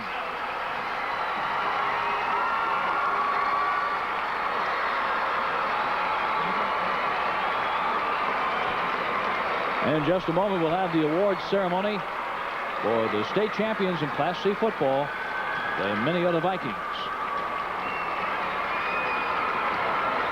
And we'd like to thank George Colbinson, along with John Lean, our spotters for the game. Again, working stats, Rod Erickson. As the players congratulate one another, this Class C game, we'll be staying for the awards ceremony and hopefully an interview with Dick Bremer on the sideline. The first game today went to Silver Lake in the 9-man championship game, 30-14 over Verndale. And the final score in the Class C championship, Minneota 27 and Grand Meadow 7. Let's go down to the field now. Grand Meadow Rooter section, where Dick O'Connell of Marshall and Larry Tompkins of Southland Adams, assisted by Minnesota State High School League executive staff, will make the following presentation. Will the captains of the Grand Meadow team please come forward to receive the silver medals and the runner-up trophy.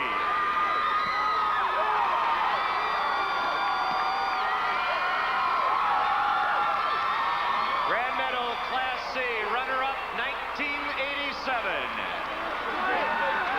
And now we direct your attention to the area in front of the Minneota Ritter section, where Dwayne Swenson of Belgrade, Robert Fossum of Henderson will make the presentation of the championship trophy and the gold medals.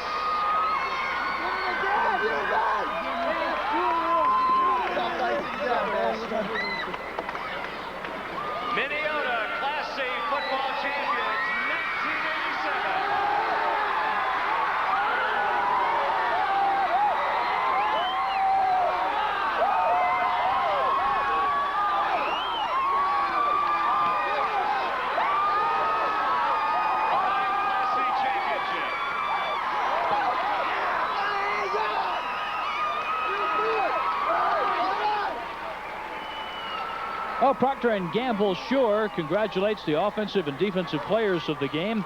First off on offense, Chris Might of Minneota. And then on defense, Eddie Symes of Grand Meadow. Procter & Gamble will donate $100 per player to the Minnesota State High School League in the player's name to aid the chemical dependency program in our state's high schools. Again, congratulations to Chris Might of Minneota and Eddie Symes of Grand Meadow, our offensive and defensive players of the game. Always one of the most exciting things to see is the celebration when you're #1 and Minneota is in Class C. Let's go down on the field to Dick Bremer. All right, thanks, John. Chris, congratulations again. Defending a title in any sport is so tough. What were the keys this year? You guys were undefeated again this year. Well, we took the old Twins motto and took it one game at a time like you really have to. We have a very good ball club, which is evident. Up front, we play a very solid game. We've had a good running game. One thing that hurt us today is we lost our big fullback last week, and he played very limited action today. So that really slowed us down a little bit, but we had a very solid ball club, and we have very good heads on this team. I'd like you to comment on your defense for a change. The defense almost got its 7th shutout in 14 games. Well, we have very solid defense. We have a lot of good athletes, and Dad does a tremendous job of scouting the opponents, getting our players in the right position. What about your father? It must be kind of tough to end your high school career after playing for many years under your dad. Yeah, it is. It's kind of an emotional time, you know, but winning 2 straight state titles is a nice way to go out. Well, what is ahead for you, Chris? Do you want to play some college ball, and where are you thinking of playing? Air Force Academy is a possibility right now, and I'm looking at many MIAC schools, but I'm not really going to make my decision until right around Christmas time. Congratulations on another great state championship. Thank you. All right, let's go back upstairs, John. All right, the final score in Class C in the championship game, the Minneota Vikings have repeated their state championship, beating Grand Meadow today 27-7. And we'll be right back. Now, Great Clips for Hair present. There's such a good first half for Minneota. Yeah, John, last year Minneota ran up 52 points, and it looked like they were well on their way to doing that again. But Grand Meadow has a lot of young people, and they played it very tough. Learned something evidently from the first half, came out and won the second half, even though they didn't get the state championship. And the moment for me on the sideline was when Dick is talking to Chris Might, and his dad just kind of moves to the background, Gerhard Might, but you know he had that kind of expressionless face, but you know inside what he must have been feeling to go through 2 state tournaments and go unbeaten and have his son at quarterback and produce that kind of thing for that community of Minneota. It's got to give them tremendous satisfaction and pride as a team and as a family. And for Coach Might, that's his 3rd state championship in his coaching career, but back-to-back titles. And Dick mentioned it. It's one thing to repeat. It's another thing to go undefeated 2 years like that and to fight off the challenges. But they do so many things. That offense is really complex. And I've seen a lot of small college teams and some major college teams that don't work with that kind of efficiency that we saw today from Minneota. That's the impressive thing about them. A lot of times at this level, you might say talent takes over and the teams with the biggest or fastest players win. But that offense is sophisticated, and those kids know precisely what they're doing. It's a very patterned offense, and where you have to be on the button with that short passing game and deliver the ball to the right spot. The receivers have to get to the right position. And Minneota, as you said, does it as well as anybody we've seen, possibly at any level. All right, Gilly, we have 3 more football games to go from Prep Bowl 6. To make it into the record books. This pass will set a new national record for career touchdown passes, 98. Chris's arm led the Minnesota Vikings all the way to the state Class C championship. We had great protection tonight. The line was awesome. You saw those catches out there. You know, those weren't average catches. The guys got talented receivers that, you know, I'm just kind of overwhelmed right now. Lots of kids play football in lots of high schools all over the country. And who would have known the first time he threw a pass in high school that he was going to get to a point where he's approaching 100 touchdown passes. Chris threw 3 more touchdown passes in the state title game, bringing his career total to 101. He led the Vikings to back-to-back state titles